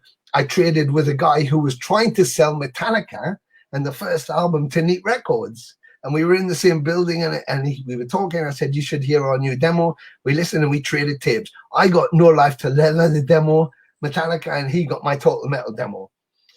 You know, then 1985, we go on tour as Atomkraft with Exodus and Venom. We go to Italy, played those shows. And Paul Baloff, who's the singer of Exodus, first time I see him, he went, "Tony, I had your Total Metal demo, man. I played that shit to death. Every Saturday I was playing that thing." And I was like, "How did you get it?" And he was like, "Yeah, because I traded it off a guy who traded it off a guy who traded it off a guy." It's like, fucking hell, you know? And that's how we did. So the internet makes it easier. It means you can produce it easier and it doesn't cost. But the downside is that the industry has driven it into the streaming thing only. And I don't know about you, but if you guys put your album out, I want to have a physical copy of it. I want to have a physical copy, you know, because I want to look at the cover and I want to read about you guys and I want to read the lyrics and see the pictures and experience it when I'm listening to the music. If it's an album, it's even better. You know, I talked about this with somebody else before, and we said, you know, we might wait for an album to come out. It comes out, it's just the front and the back with hardly any writing on it. But you would listen to the whole album staring at it. I mean, what are you looking for? But you're just staring at it. Just keep staring at it. And one of the interesting things also is if you're streaming, my daughter's 18. So if she's listening to music, it's like click and you get like, I don't know, 30 seconds and it's like, yep, tick onto the next one. And you're like, and after 12, you're going, for fuck's sake, why don't you just put it on and listen to it? But it's everybody surfing, you know, 50 million channels. When I grew up, there was one television channel. Then there was two. Then there was three. It was like, oh my God, 3 channels. I don't know what to do. Now there's like, I've got about 1,000 in there. I'm like, and I've watched my daughter and other people go like, like surf through 500 channels and go, there's fucking nothing to watch on TV. I'm like, oh my God, you can't say there's nothing to watch. There must be something to watch on TV. There's 500 channels. And so, again, I think that's all part of the process. You know, when you have a record or you have an album, you listen to the whole thing. You listen to it. You know, I never had an album. There may be tracks I preferred, but I listened to the whole record. Now with streaming, people might listen to it, you know, they don't listen to the whole thing. And so that's a kind of downside. But the upside is you get to find artists from all over the planet, from, you know, Guatemala to Manila, from, you know, Vladivostok to South Africa. I love that. I love that. It's a whole open world of creativity. Yeah, as you said, in fact, now people is more distracted because they have so much information they can't handle properly. But the things, this is my own opinion from a 23-year-old guy that started to play now in this moment. I think that the fans who buy your album, it's one of that remains loyal nowadays, because we have a lot of things, and if people say, I want your album, I know that my physical copy goes in the hand of a guy or a girl which will listen to it till the CD broke. If you know what I mean. Exactly. This is a great thing. The also downside of this thing, speaking as a modern musician, I said I'm really young. I'm really 20 years old. Also, Kieran is some years older. But we live in this era where singles are more important than the album itself. Yeah. Which is in my opinion, is not so good, because you can listen from track 1 to track to the final track, the evolution, a sort of tracking and mind thing. You can say, oh, the first track is this, but wow, the second track have not a video, but have this particular mood. I love to listen to music in a kind of old school way. In fact, I really have albums that I listen a lot. For example, your Venom album, or for example, the Misfits' famous Monster, for example, that I listened from beginning to end without skipping any songs and singing all the lyrics. And I think that's a very valid point. I think that it's like, you know, if you go to Venezia and you walk through the alleyways and you go, do you want to have some ice cream? You go and there's like 50,000 flavors of ice cream. You know, when I was growing up, it was kind of probably predominantly one flavor of ice cream. If they said you want an ice cream, it was vanilla. Whereas now you're confronted with all of these different ice creams. You want to try a bit of everyone. And so you don't get the experience of just the one pure thing. You're tasting bits of everything, which is, it's great because you might find one you like. But exactly what you just said, it means that the experience is less. If you've got an album, then you plan an album to take, like we did with Ove. We want to bring you into the story, take you on the journey through the story, and take you out again. You know, if you look at, for example, the end of black metal, you know, you're listening to black, what happens at the end of black metal? At War with Satan begins, but you don't know where it's going. You just hear it start, and then you hear the first lyrics. So it didn't matter whether At War with Satan was going to be the best album ever, was going to be Master of Puppets, or the shittest piece of crap you ever heard in your life. You wanted to get it. Why did you want to get it? Because you wanted to feel the conclusion of that album. You know, and that's the point. You know, the album is a journey of you. It's your experience as a musician through your journey, and I want to take that experience with you. And sure, you can do little sound bites and singles, brilliant, and they can all be fantastic. But I want to, you know, put the headphones on and experience the whole thing. Listen to the story, feel the band moving through their journey. That's what's important, I think. You know, and it translates to a live show, because if you just have little soundbite singles, when you go to a live show, it feels like it's cabaret. It's just this one, then this one, then this one, then this one, then this one. But if this set is painted the same way as your album, you feel you're on a journey. You're on a journey with the band. And, you know, by the time it comes to the crescendo and the black metals or the Countess Basby, you're losing your fucking mind anyway. So it's like, it's perfect, you know. So that's the experience, I think. Yeah. Also, the one thing that I want to add before going to the next question is that also, okay, the recycling stuff and to make really minimum size booklets. I'm one of the guys that want to bring the booklet, listen to music, and go on and on, read the lyrics. Also, I really love the thank you section of every album, because I think that when some artists say thank you to a person, I think that means a lot, because we just we as an artist want to express ourselves, even if the metal music is some misunderstood here in Italy. One of the reasons that Volt Lab is born also to bring the attention to the people who don't know about metal, but also to politicians, organizations, some about institution in general. Yeah. We want to do this thing. I think that one of the most true experience of music is to feel it. I really feel a lot when I listen a lot of bands. For example, I just say the Misfits because we talked about Misfits, Venom because we are talking to you. Also from the classic to the modern stuff. And I really love when some people put a lot of efforts in a CD, meaning the lyrics, because the lyrics for me are important as the music, as you said in the other question. For this and for this reason, I want to read a comment from Fernanda. Okay. He said, modern music industry will never able to take our joy and will to hold an album in our hands. No digital content will be ever able to replace a special pleasure owning a physical copy. Yeah. It's something, yeah. In fact, I want to shout out Fernanda and other guys that are supporting my band even during this pandemic time. Of course, guys, sorry for this digression, but I want to say take care of your family first, and we will play, of course, when this man that we will play live, but please take care first, your family, your dear one. We can live without anyway. I think that this comment really exemplifies, which is my vision. I think also your vision about music in general, which is really great to have this connection with you now. So really great stuff. Thank you, Tony, again for sharing your experience and your vision.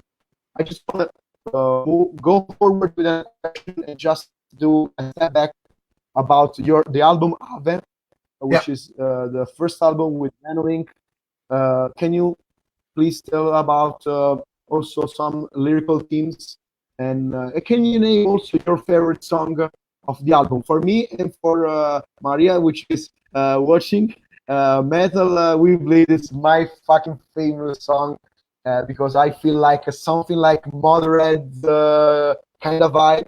I also really watched your performance at Bloodstock.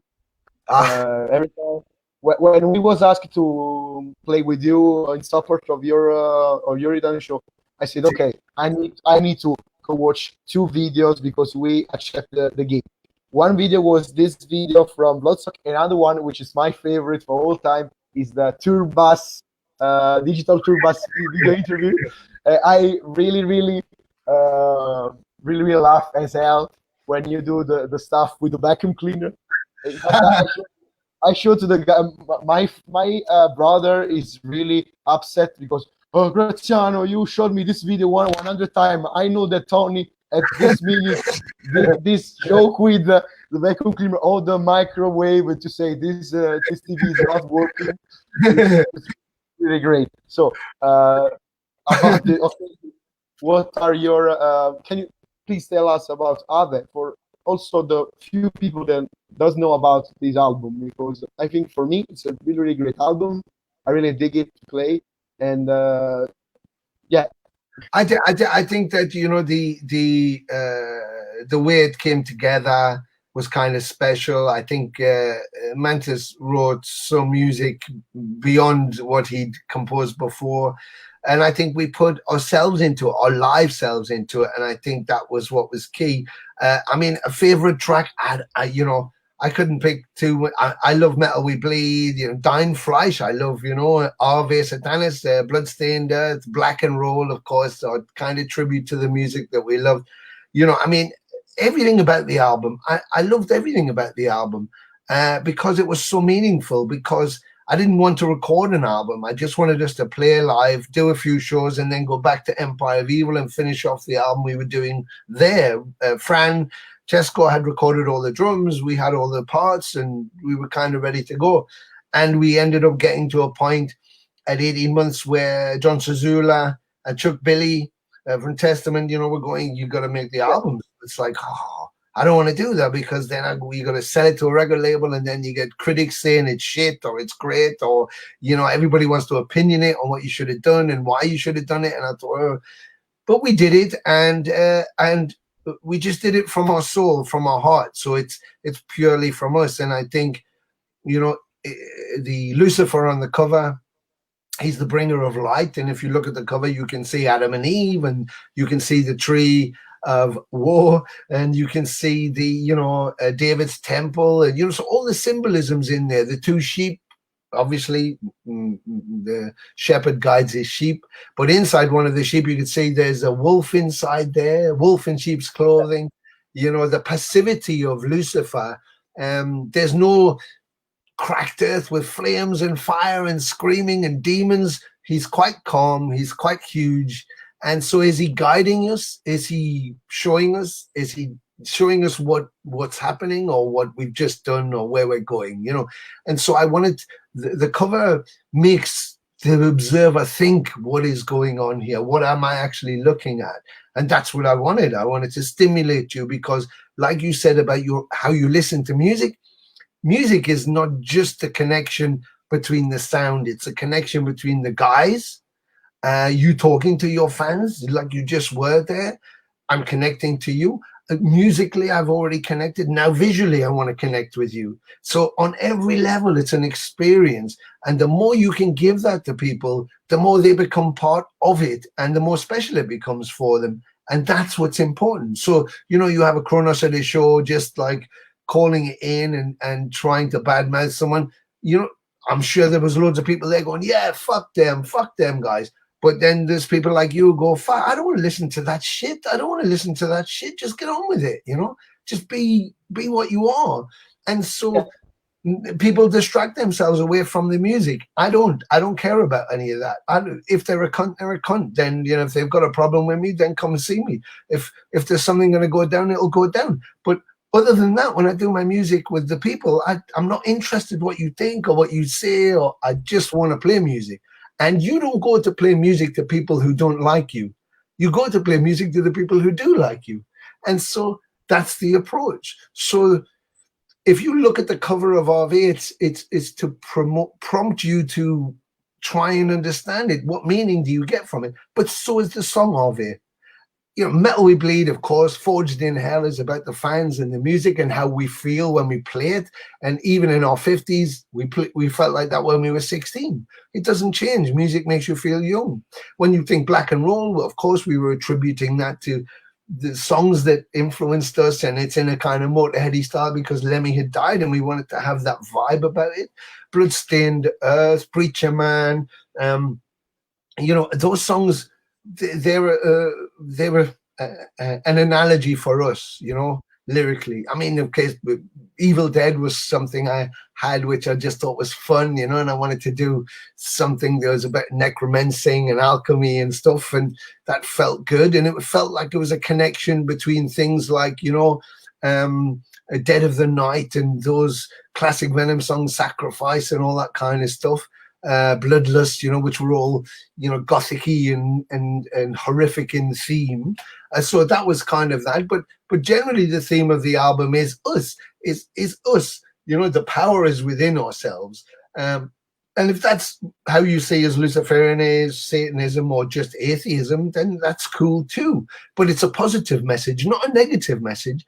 And I think you said about driving a message for fans who may not understand heavy metal or may not have been introduced to metal, but certainly politicians in Italy. Same thing in Rome. Same thing here. They close down venues. It's like fuck. So they want to change the shape. But I started a documentary which begins in Italy, which probably take me another 10 years to finish. But it's about the municipalities closing venues and promoting rock music as being negative, and tattoo art and piercings as being negative. I said, but if Michelangelo had met Da Vinci and Da Vinci had painted the Last Supper on the statue of David, that's like somebody tattooing the shit on me. I mean, how amazing is that?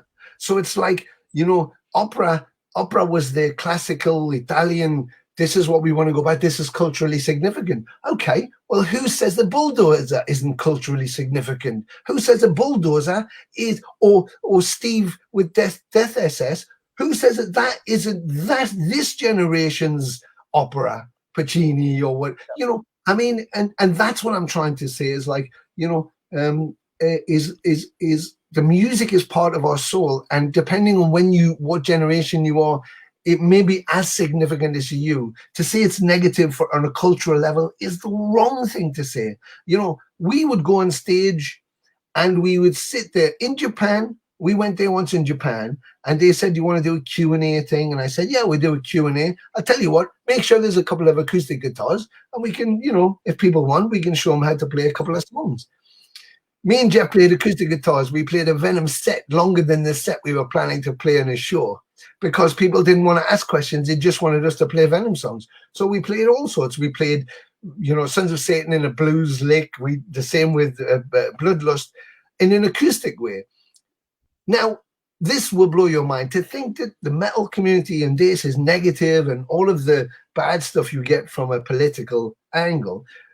Imagine us in Japan, in Osaka, in a record store with these 100 and whatever it was Japanese people in suits because they just came from work. So the women were very well dressed and the men were very well dressed because they're very well dressed going to work, clapping along to us playing acoustically in League with Satan. And they joined us on the chorus. Now, that's insane. But they were all had smiles. They were all enjoying themselves. And when we play shows, we can be doing something so dark, so black metal. You look out, you're playing black metal, and all these kids and girls with a big smile smashing themselves into each other. If you're an onlooker and you don't understand what's happening, that looks very aggressive. It looks very like, oh my God, what's going on? And very evil. But we know it isn't. It's absolutely positive. Nobody goes home and breaks into someone's car or beats somebody up or goes and punches an old lady and steals a bag after the shows, because we're all happy. We're all fucking tired and we're drunk and we're happy and it was amazing. And that's what Slayer does. That's what Metallica does. That's what Dio did. That's what Motorhead does. That's what Iron Maiden does. That's what Rammstein does. It's what Ghost does. It's what Behemoth does. It's what Immortal does, and it's what Venom does. And that's what people need to get a grip of, is that this is a way of expressing. And it may look different to your experience, but you should allow yourself the experience to understand it. It's like standing outside of the Sistine Chapel, but not going in. It's like standing outside of the library in Ephesus and not going in. It's like, well, it's there. It looks shit. How the fuck do you know? You don't know what it looks like inside. You're guessing. You're guessing there's something else in there. You may go in and go, oh my God, this is the most amazing experience I've ever had in my life. But if you don't go to the top of Mount Fuji, you can't tell me it sucks up there. Do you know what I mean? You can't tell me the view is crap from the top of Mount Everest if you don't go to the top of Mount Everest. You have to go there to then experience it. And I think that's the analogy for life. And music is life. It is life. You guys are Italian. My Italian sucks. That's what all my Italian friends tell me. But my South American sucks. That's what they tell me. My Portuguese is crap. That's what my Portuguese friends tell me. I don't speak Japanese. I don't speak Mandarin. I don't speak Russian. I do speak English, so I can communicate in Americas, in North America. But if we go to all of those countries, regardless of whether I can actually communicate in those languages, or whether I'm a Catholic or a Buddhist or a Hindu or a Muslim, if we play Countess Bathory, everybody sings the words. That's the music. That's beyond everything else. When you're playing it and people are singing it, there's no politics, there's no religion, there's no language barrier. There is just the experience of the music. And that's the purity of the art. That's the purity of the art. And that's what we're trying to get to. And I completely forgot the question because I was just talking, and you should have stopped me. You really nailed the question. And I'm really glad that there's people that I respect. I'm glad I got the question, because if you'd stopped me halfway through and said what was my name, I don't even. I was really listening to you because I know that the people, a person I respect, like you, have the same vision that I had for the most time of my life. Because I don't like, for example, I like some bands like Rage Against the Machine or Sepultura.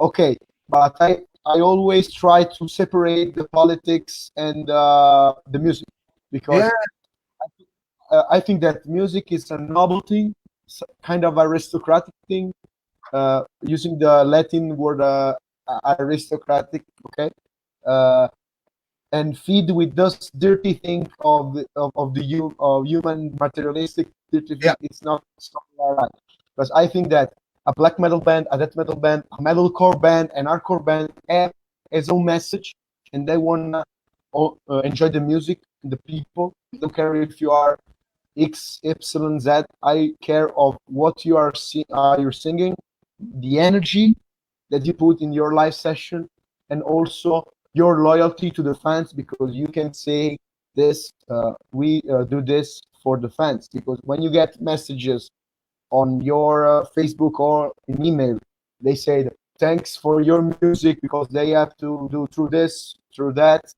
and other things. I think this is most important. It's Nurgle, from Behemoth. I mean, there's some of the music he really likes, that he really loves. That's some of it's not metal, of course, either. But he, sometimes if he likes an act and there's some kind of political, he said he won't read interviews. He doesn't want to read interviews or anything else because he doesn't want to destroy the purity of how he feels about the music. And I think that's it. If the music inspires you, do you want to read all the bad stuff about, all the back? No. You just connect to the music, and that's what becomes important, I think. Another things that Lemmy said back in the days was when he was wearing his stuff, military stuff from German World War II stuff. He said, "I don't care which is bad or good. I live in an era that I cannot deal what is bad and what is good because their point of view." And this is a great thing for an artist because it's very out of every kind of boxes. It's really out of the ordinary. Out of the ordinary. He talked about the boxes. Okay, I wear black because I love to wear black. I don't care about all the stuff here. So it's really this great thing made an artist with the A leather, the caption leather. Okay, so hearing those things from you, it's really, really great because I think that music is one of the most important things that we have created as human beings. So don't corrupt music, is my opinion, with all the stuff. We can talk about our reality. We did in our album. Kirion wrote the lyrics about the reality around us, that it's dirty, it's about the environment, all that stuff. But I think that there is also a positive message also in this kind of music that common people say that it is bad. But I think that we as an artist, we put the balls and we say, this is my vision, may be misunderstood, but I want to say what I have to say because I'm free to say this. I think the purity of music, which has always been the same, is that we did an EP for Empire Viva. It was the first thing we did, and we had two new songs, but that's what we had. People wanted us to play shows. And it was like, well, we play shows. What are we going to play? We got 2 songs. So you just want us to play Venom songs. I mean, but we're not Venom, so we want to play new material.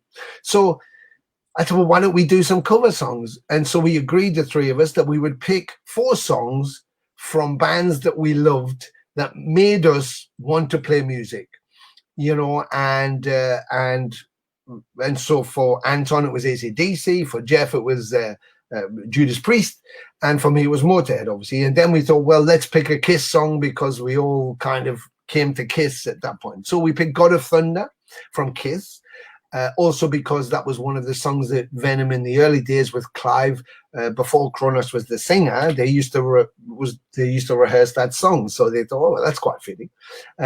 Jeff I chose Exciter by Judas Priest. I thought that was a great choice.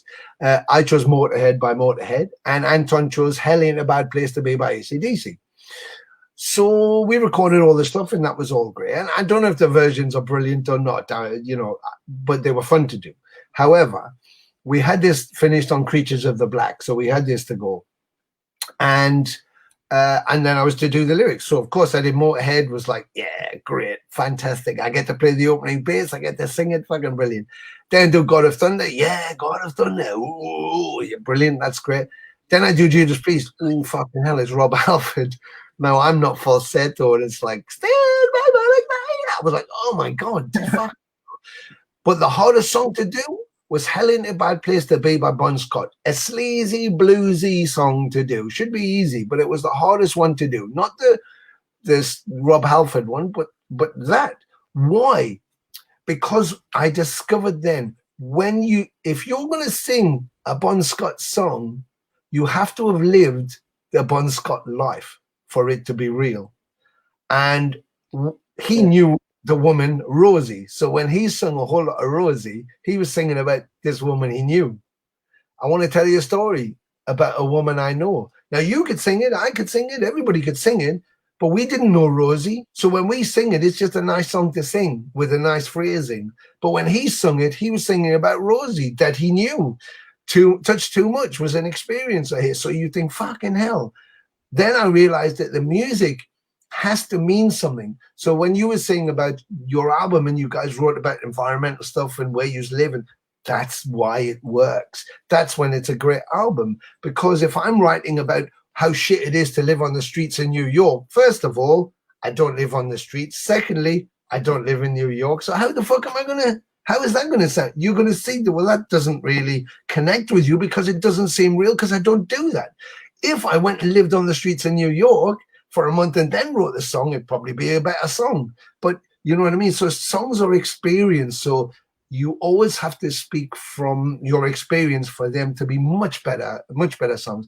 And what better way to do it to sing about what you're experiencing, your environment, your friends, your girlfriend, how it works, When you listen to those early songs by Lemmy, Lawman, Poison, Dead Men Tell No Tales, the Salacious Stuff, Reptile, Cat Chasers, they were meant something.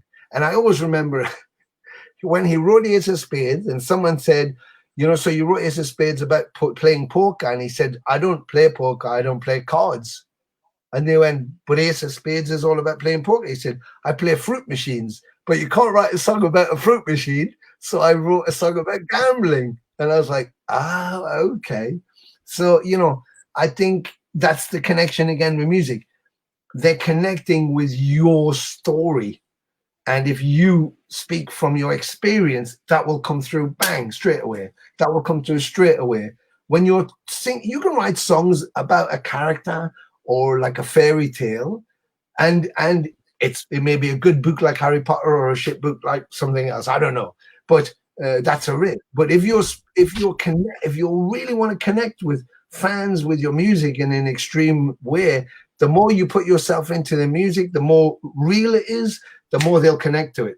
Because every 16-year-old, it doesn't matter whether they're tall, short, fat, thin, girl, boy, Asian, black, Muslim, they're all 16-year-olds. They've all got exactly the same human 16-year-old shit we all have. Acne, self-consciousness, questioning, nobody understands me, so that's what you're tapping into. Humans. You're not tapping into a race or a genre. You're tapping into another human. So the more that they can connect with you, the more they'll follow you forever, because they connect with you.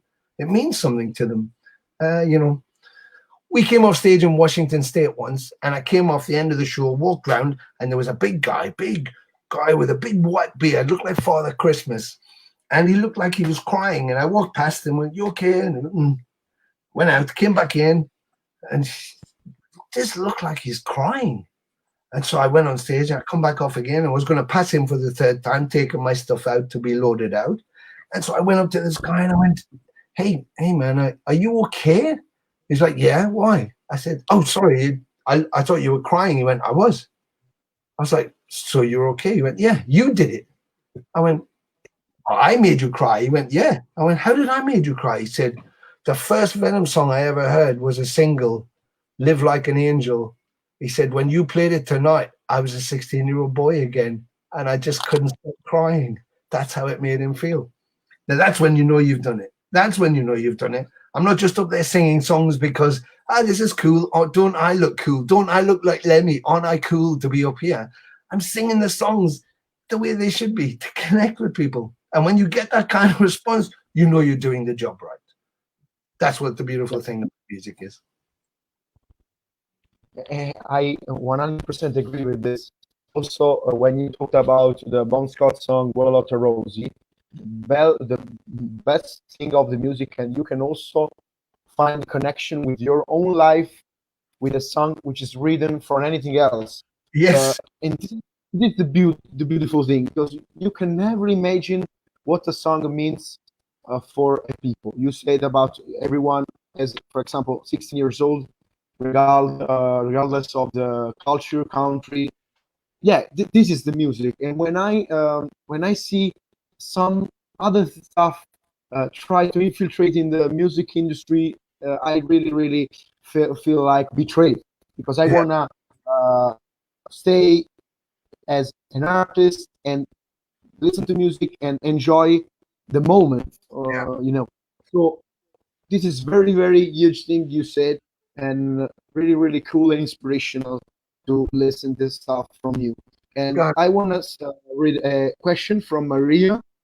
She said, "Is there a person outside the musical environment that inspired you or represent as a guide for you outside the music?"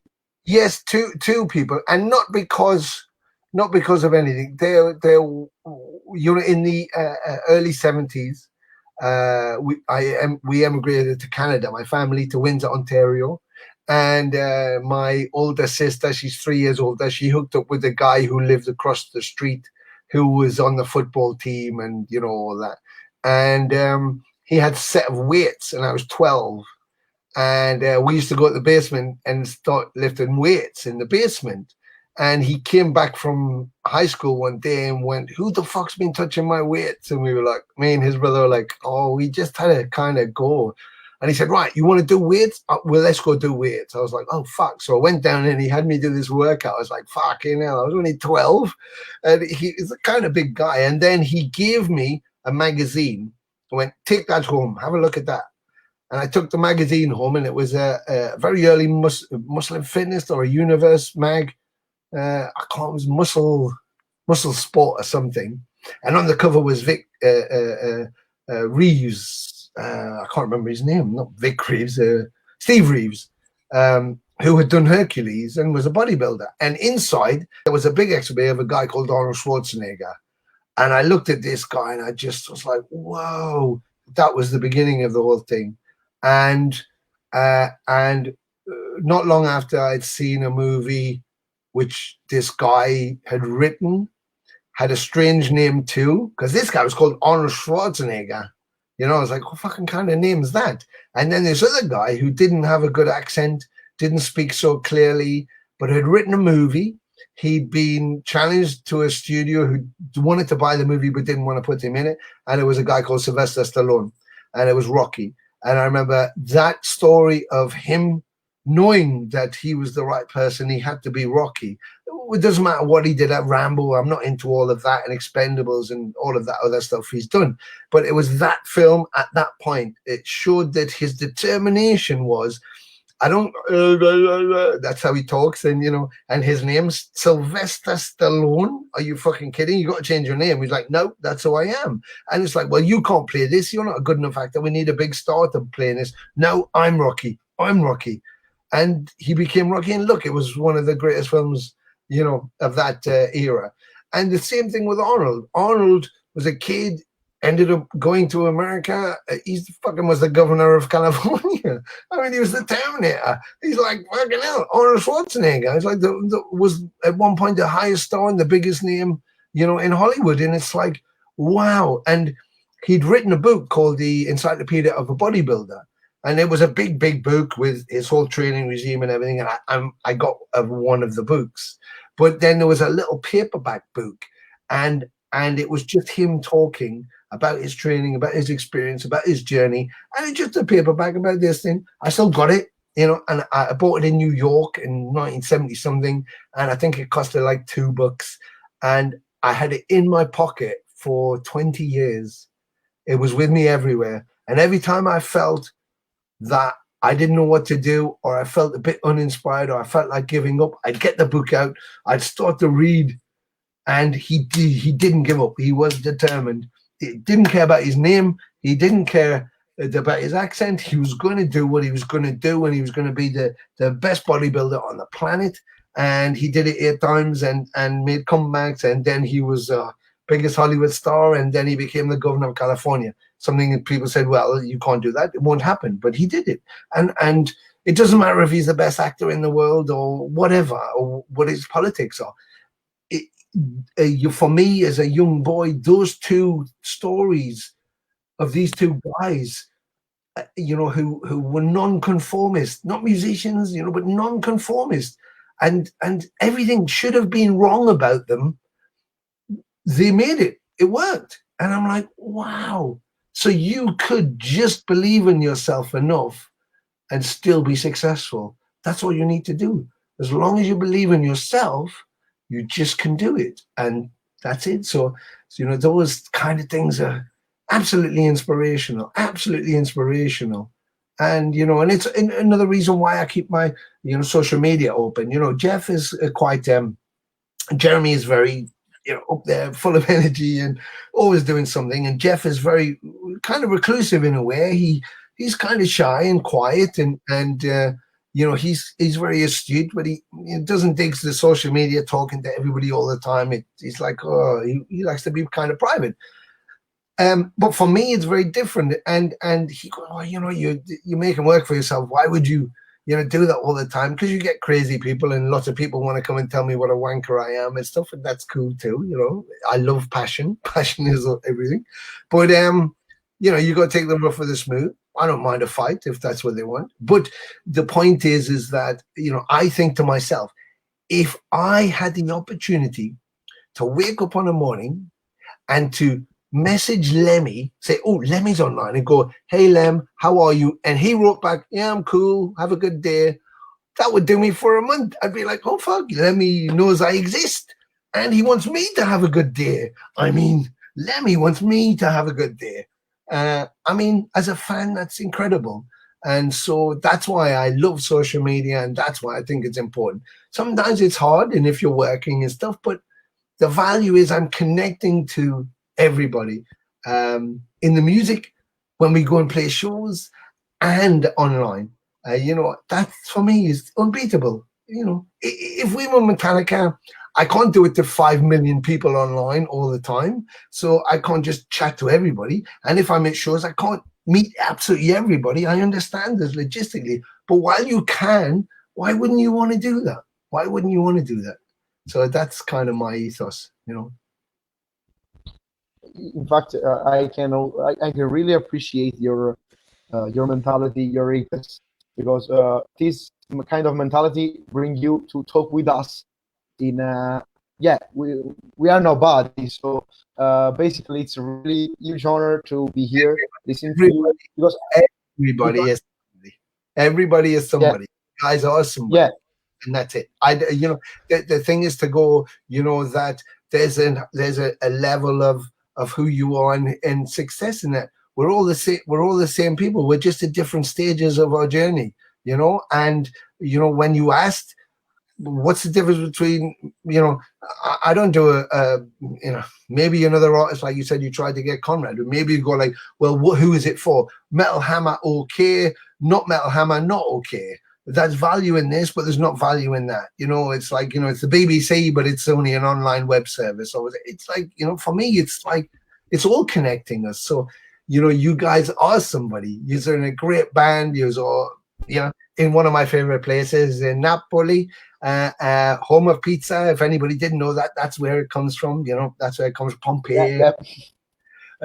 And so, you know, the best, the creators of the pizza. Yeah. Oh, mamma mia. But then that's making me hungry. Tony, are still with us because the screen is freezing right now. Yeah, I'm here. I can hear.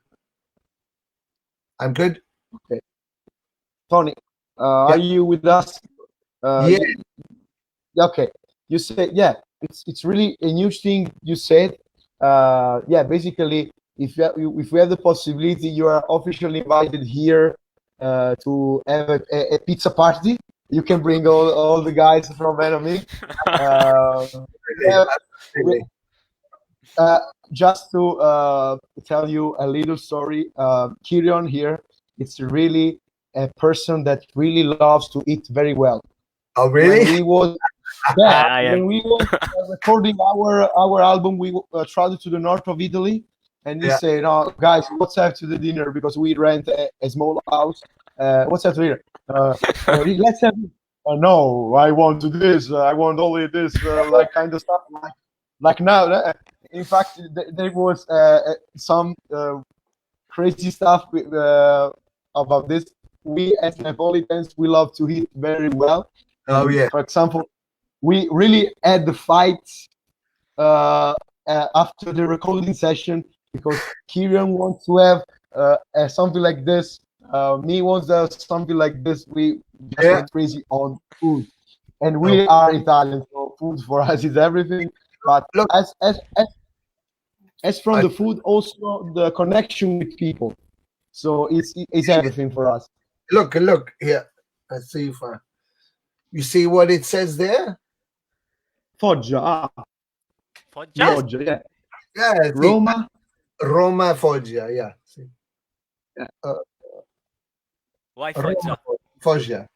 And I also I have more Italian on my back. But Foggia, we went to play a show in Foggia, and in this part of Italy, they said, yes, we eat loads because we're Italians. Great food. I said, oh, yes, I know Italians like to eat a lot of food. So we went, oh, my God, I haven't seen so much food.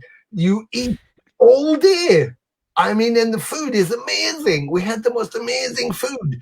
And I remember they said, we went to the show, and they said, Tony, we have food for you backstage. I was like, okay. And there was pasta and dishes and cheeses and everything. So we spent like an hour in there, we're eating everything. And then we sit down, we're just talking. They knock on the door, they come in. I said, oh, hi. They come in with trays of food. They said, we brought your supper for you. It was like, holy fuck, we've just eaten all of this food. And there was like more food. And they went, well, do you want to eat it now? And I said, we'll keep it for after the show, but we've got more food for you after the show. I was like, oh my God, how much food are we going to eat? But it was just super. It was super, you know. And that's what I love, you know. I just love that Italianness. I was in Tuscany once. We stayed in a place called Migliorini in the Tuscan hills. And it rained so much that we nicknamed it Migliorini. But it wasn't far from the village where Da Vinci was born and lived. And we were driving up one day. We went to Firenze. We were coming back up to the Tuscan hills. And we thought, oh, let's stop and have some lunch. And they're tiny little villages. And we saw this little restaurant. So we stopped the car. We went in and said, excuse me, can we get some lunch? And yes, come in. And there was a big long table with like about 10 little old Italian guys sitting at this table, and they were obviously having their lunch. And we looked through the menu. Oh, what would you like? So we had like the set menu. Just give us the set menu. That's fine. We're cool. We'll just have whatever dishes come. You have your starter, your friend. I remember they brought the plates they were bringing out were like this, a plate of pasta. So we ate all this. I ate all this pasta in the plate. They took it away. Then they came up with the fish, and I was like, "What's that?" They went, "The fish." I thought that was my meal, and they went, "No, that's just the start." I was like, "Holy fuck!" And then the fish goes, and then they bring you meat, and it's like, I just had the 2 bowls of pasta and a fish, and now I've got. It's like, oh my god! And I said to one of them, I said, how long do these people have their lunch? These guys, these little old guys at the table. And she went, 4 or 5 hours, maybe. Just take their time. And I'm like, oh my god, they have their lunch for 4 or 5 hours. It was like amazing. But that's pure Italian, you know. You walk in the sun, you drink your wine slowly, you take in the atmosphere, you look at the beauty of the buildings and the scenery, and you enjoy your food. You know, in London, you can go like that. They're pouring a cup of coffee in one hand and shoving a sandwich in their face and just keeping their head down and running to the next thing. And you miss life that way, you know. So I love that purity of Italy. It's why I love Italy so much, because when you're there, you just breathe. You breathe more, and I don't know. It's beautiful. So. Oh. Yeah, really great to hear something like that from you, because Italians are some strange. We love our place till we go away. Yes. We cannot appreciate the beauty of our landscape, our culture, and people that it's from another country says this thing from Italy is not a stereotype. It's a bit stereotypical, but it's the truth of Italians. It's the fact that we are kind of direct people. We move the hands a lot, okay, those stupid stuff. But I really feel the naturality of all the stuff. So it's really great to hear this thing for you. Talking about this, there is Chris Blackford said, really appreciate the organic nature of this conversation. Yeah, this conversation is quite informal. Hope you're well. Hi, Chris. Sorry, hope you're well. Look, Chris is in America, so you know they're just coming together with the pandemic thing there, and so it's going to be crazy. But be safe, everybody. Be safe, and just you know, do as they're telling us. I guess what more can we do? You know, we'll all get to the other side. You know, it's crazy. It's crazy. It's like we stepped into a parallel universe all of a sudden. You know, it's like, oh, we just wake up, we go to sleep, we wake up, we eat, we do our things, we're going to do this. And then the world just went stop and it paused us. And now it's like, fuck, what do we do now? It's pretty scary. Yeah. I mean, how long will we be held down? We don't know. You know, how long it's going to go on. And each country has its own way of doing it. So, you know, I don't see, you know, when you have the wealth of globally, the global wealth of everybody, the global advances. Like you'll tell me there'll be one of the best plastic surgeons in the world is in Napoli. I'll say, oh, well, of course, one of the best blah, blah, blah is in London. And Chris would say, oh, one of the best things is in New York or Los Angeles or Beijing, in Moscow. So we have all these incredible laboratories, all these incredible brains, all of this wealth of the whole country, of the whole planet. I don't see why everybody didn't come together and solve this, or just attack it as one thing. And still, you have countries trying to help other countries now, and countries try to do it by themselves. And it was like, this wasn't something that was for Italians to deal with, or Spanish to deal with, or the British to deal with. This was for humanity. It was for humanity. I think that this is something that you can, you know, there is so much politics in the middle between countries, and there is so much behind. So we cannot expect that people will connect one day to the other and make the solution. Maybe the solution is just in the air, you know, and we don't know it. But you know, so we can just make. Yeah. I would hope that what what is learned from this, what comes out of this, is that people reevaluate capitalism. They reevaluate what's important. They reevaluate the politics between countries and go that if there's something like this on this kind of scale, and this thing, of course, is making people sick and killing some people, but it could be much worse. If this was a worse thing that didn't make people sick, just killed you, everything would be over. You know, we'd be exterminated in how many weeks? A couple of months.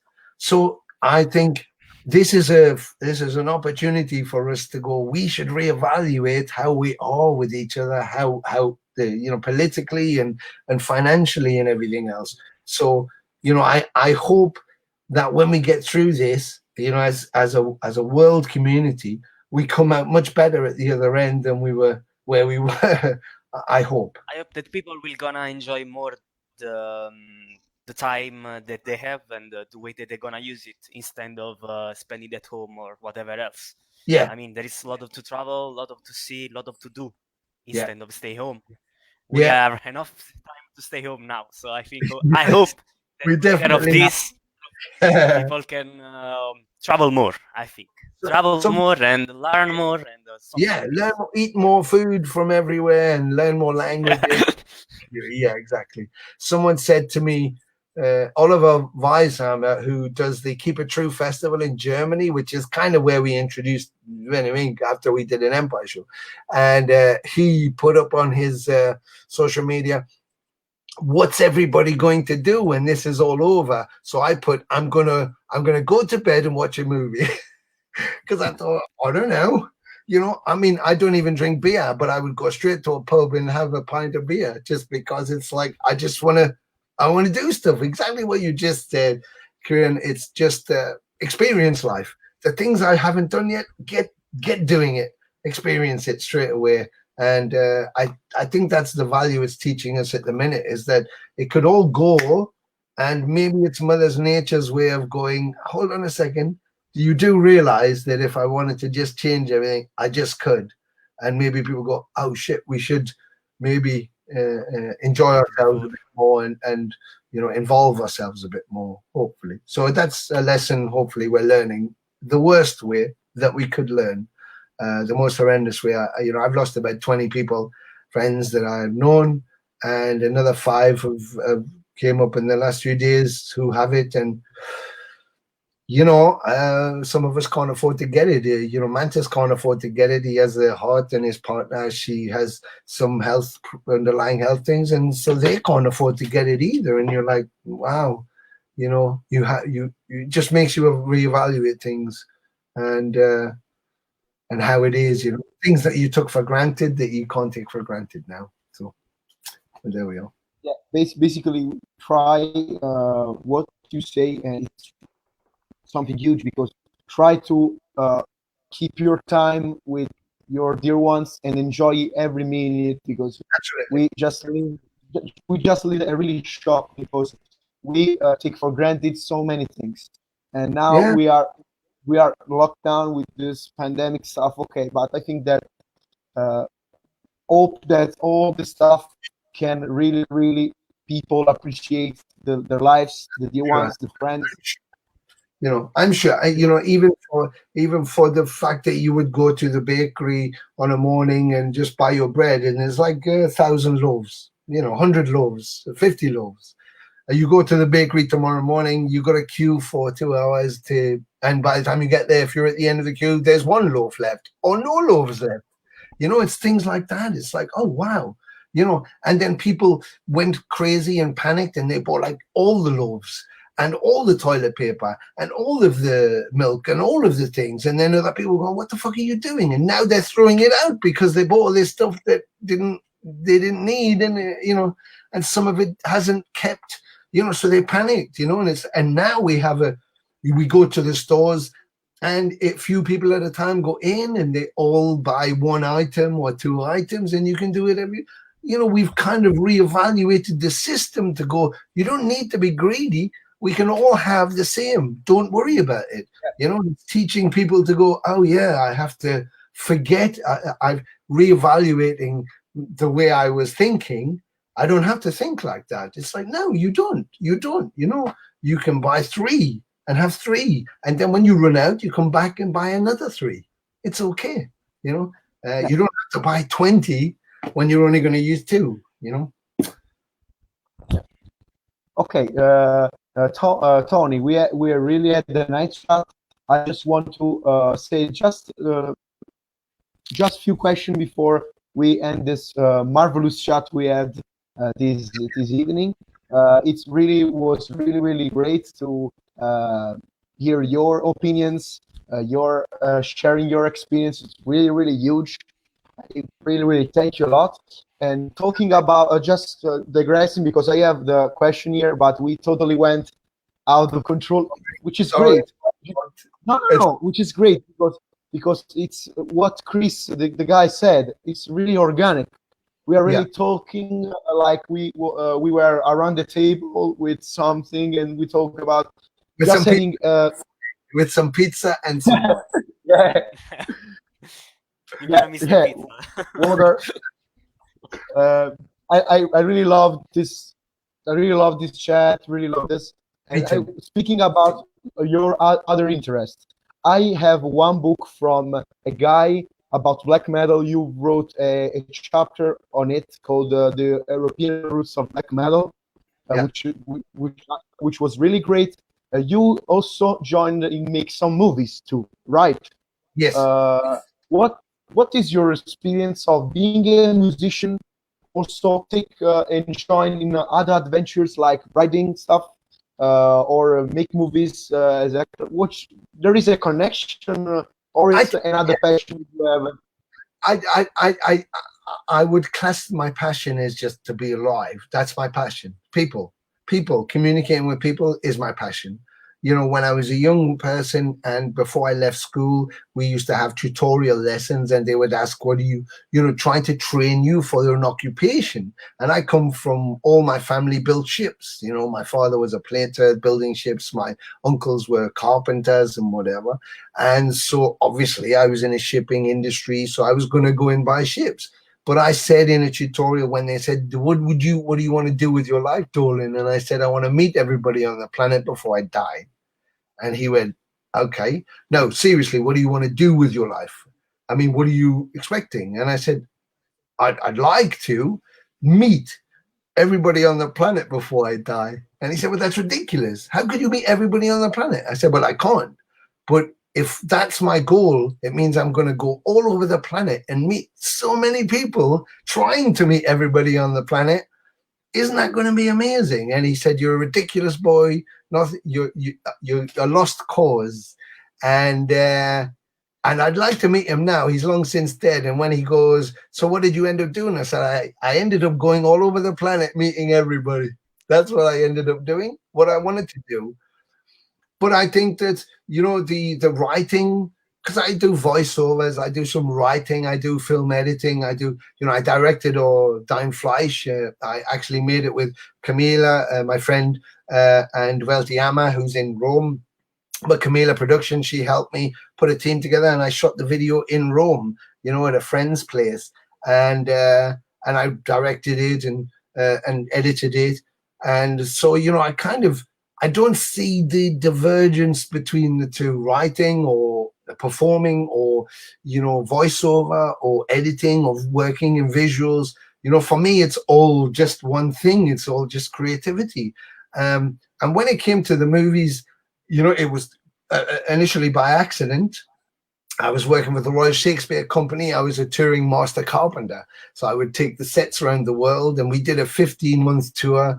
We were in India for several months, and Mexico, and all over the place. And you know, there was a show where there was a problem with one of the actors. He got sick. The stage management said, you know, one of the actors sick. They knew I love Shakespeare. I was always quoting the show backstage and just, you know, playing around. And they said, we need someone to go on and be this part. And I said, okay, well, let's have a think who we could get. And they went, you. I said, me? I'm not an actor. They went, yeah, but you know the play and you know the part and you know the show. And I was like, well, yeah, but I mean, and they went, please. So I went, fuck it, okay. So I put the costume on and went on and did it. I was like, wow, that was amazing. We finished the tour in San Francisco. Another month passed. I was back in London doing another job, and I got a phone call from the director, and he said, hey, Tony, how are you? I said, yeah, great. He said, look, do you remember when we were away on tour and we had this problem and you came on and you did the part? And I was like, yeah, oh, that was amazing. Yeah, it was so cool. And he went, yeah, we've got a kind of similar problem again. One of the actors' mom's just died, and we need someone to fill in for the weekend at the theater. And I just went into the dressing room and I said, does anybody know anybody we could call that knows the part? And they all went, Tony Dolan. So would you come down? And I was like, when? And he said, now. I said, okay. So I just went, and that was it. And that led to me going, I want to learn to act. And then I did a bit of acting. And then I thought, I'd like to do something with the Royal Shakespeare Company. And then I was doing a play with the Royal Shakespeare Company. And I said, oh, it'd be cool to do some TV. And then all of a sudden I was doing TV. And then I thought, wow, wouldn't it be amazing to make a movie? And then I was doing Judge Dredd. And then I was doing Master and Command. And then I did Dirty War. And then, so when people say, how did you, get into that? I was like, I've got no idea. I just remember wanting to do it. I didn't do anything special. I just wanted to do it. And I did it. I think what I learned was that you can't do music and tour and do that as well. You can't, not at my level. Maybe if I was James Hetfield or something like that, I could, because I got so much money, then I don't need to worry about it. But at my level, I'm a working musician. We do big shows, small shows. I don't care. We just keep touring, and I like that. And so I don't kind of have the time. It's not about the money. I have the money. I don't have the time. And so, I don't have the time to dedicate to it. And you need to have the time to dedicate to it. Otherwise, it's just another thing and it doesn't mean anything. And so, there's still scripts come through and offers of things, but they don't fit with the scheduling. If they did, I might do some. Some of them are not so good. Some of them are pretty cool. I've turned down a couple of things that I should have said yes to that went on to be really cool. I'm like, oh, fuck. I didn't realize. But, I'm still happy. Again, you set your level of success as your own goal. You might go, well, you're not really that successful because I didn't want to buy into the Hollywood thing. At that level, I could have done other things. There was offers of management and an agent who was trying to get me interested. And I kind of shied away from it because, when you go to Hollywood parties, you realize that that's not who I am. I'm not like that. These people, if you're in a successful TV show or you're in a successful movie, brilliant, you're great, everybody talks to you, you're wonderful, you go to all the parties.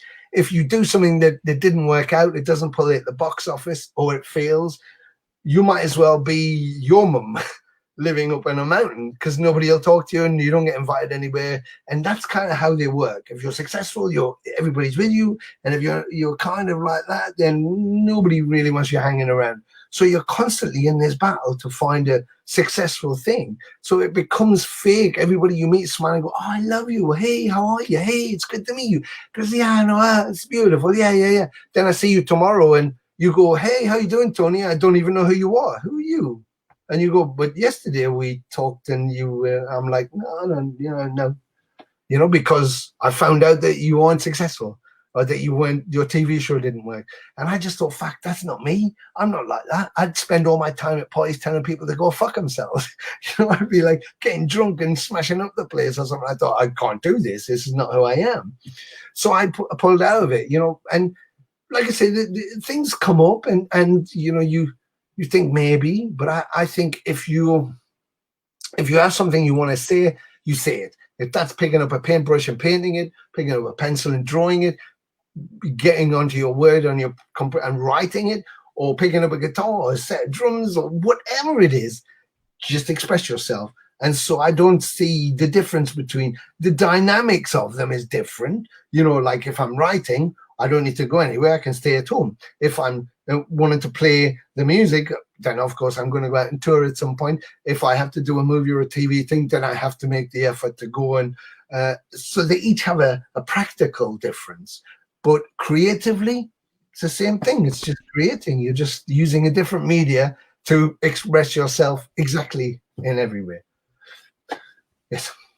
Sorry, it was a short answer. No, I meant a short answer. You also answered the next question about the difference between music and acting. Okay. But those words reminds me of a discussion that I saw on internet of Christopher Lee that said that he tried to do in his occasion. He said he made a voiceover for the Italian band Rhapsody. He said, I accepted because a long time friend, which is called Sir Thomas Beecham, which is I think an old TV presenter, English TV presenter, say you should try everything in life because everything is a challenge and life is a challenge too, and it should be. So basically, I think that you really explained it really well, that it's not important if you play music, if you do acting, it's how you do it, how much of effort you put on it, and it's really huge because I think that basically people tend to make differences between cinema, theater, music. Also, we born as an association also to help out those guys, not only the music. Okay, we play heavy metal. I'm a drummer. Kieran is a vocalist. My brother played the bass. Andrea and Vika playing guitar. Okay, we are metal guys. We play metal. But we also love the cinema, the theater, and we want to treat art. We want to treat art as one thing. Yeah. And having your words here in this page, in this because Volta Lab is a no-profit association. That will carry art in 300 degrees, any discrimination. It's really the core of our message in your world. So I'm really glad about your answering the previous question, because if some people, can you tell me what is Volt Lab? I will give you the clip of Tony said, this is what we want to do. And basically, we want to try to have a kind of community around us. Even if we are, okay, we are stuck at home, we are talking into a webcam, but I can feel the energy. Okay, this is what I want, the energy of the people, of a great man like you, because a person who says those things is a man that I really respect, really appreciate his style, his mentality, because he said the truth. I think that this is most important nowadays in the music, in the art. We have a problem. Yeah, I mean, well, thank you, very kind words. We should probably end it, but we can do it another time. But I just wanted to say, I should go now because it's kind of late for you guys, and you're an hour.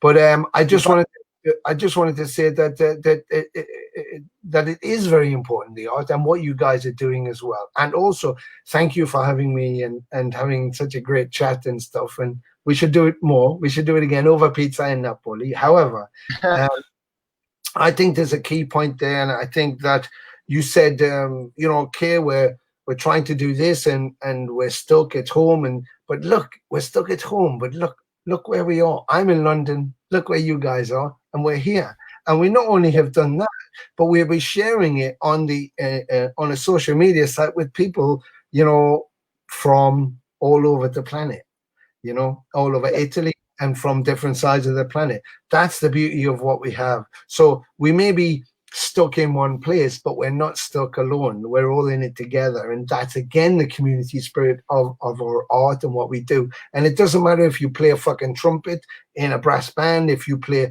a heavy metal guitar like Yngwie Malmsteen, or you're in Dayside, or you're in AC/DC, or you're part of a ballet unit, or you're an actor, a singer, a dancer, painter. None of it matters. It's all about entertaining. And the key point is when sometimes people forget, I can't go to my fucking job. I don't have a job now, and I have to stay home, and I have to, and this is all.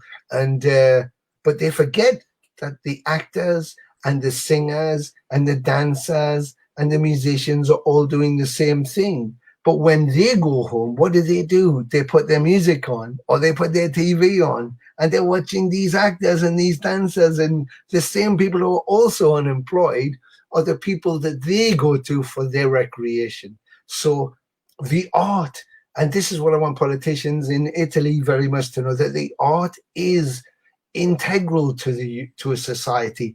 It is the all, because they go, oh, this is really bad and this is bad influence. So what do when they go home to relax? They put the TV on. They want to watch a movie. They want to get some popcorn and watch a movie, or they want to listen to Debussy or whatever it is. And who's to say what's good and bad in art? It's how you feel. It's how it makes you feel and how you look. If you look at a painting, the three of us look at the Mona Lisa, the three of us look at it three different ways, and we feel three different emotions. It's the same thing with music. And nobody is excluded from that. Every politician. Yeah. You really said all the things that I wanted to share this evening. So we just chatted for 2 hours and a half. Okay. I will just do Tony, simply another minute. I will end this episode. I wanna hello guys, I'm Graziano and Kirian from Volt Lab. We want to thank all the people that really listened whole hour chatting to this evening with Tony Demolition Man Dolan from Venom Inc. We are really glad to him sharing his experience. My brother on the background, it's fooling me while I'm talking. Anyway, thank you for everybody. Great questions, great stuff here. You can watch it this episode also when this live chat ends too on the page. Anyway, Tony, looking forward to meet you on the road when this madness ends. We hope to spend. We wish to spend a lot of great time when we will play together. We will really we look forward for this. In private, tell me your size for your of your shirt, because we want to say one shirt and one CD for you, because we will even if you don't like the music, just a gift for your just pretend, yeah. And anyway, guys, please follow Venom Inc on social media. Thanks to Tony again, and yeah, a big hug from Italy. Stay fucking metal and have a great evening. All right, thank you. Be safe. Thank you. See you again. Thank you, everybody. Don't forget to follow these guys on their channel. Now you know where they are, and we should do it again. Okay, peace. Be good, and ciao, ciao for now. See you next time. Ciao, ciao. See you next time. Ciao.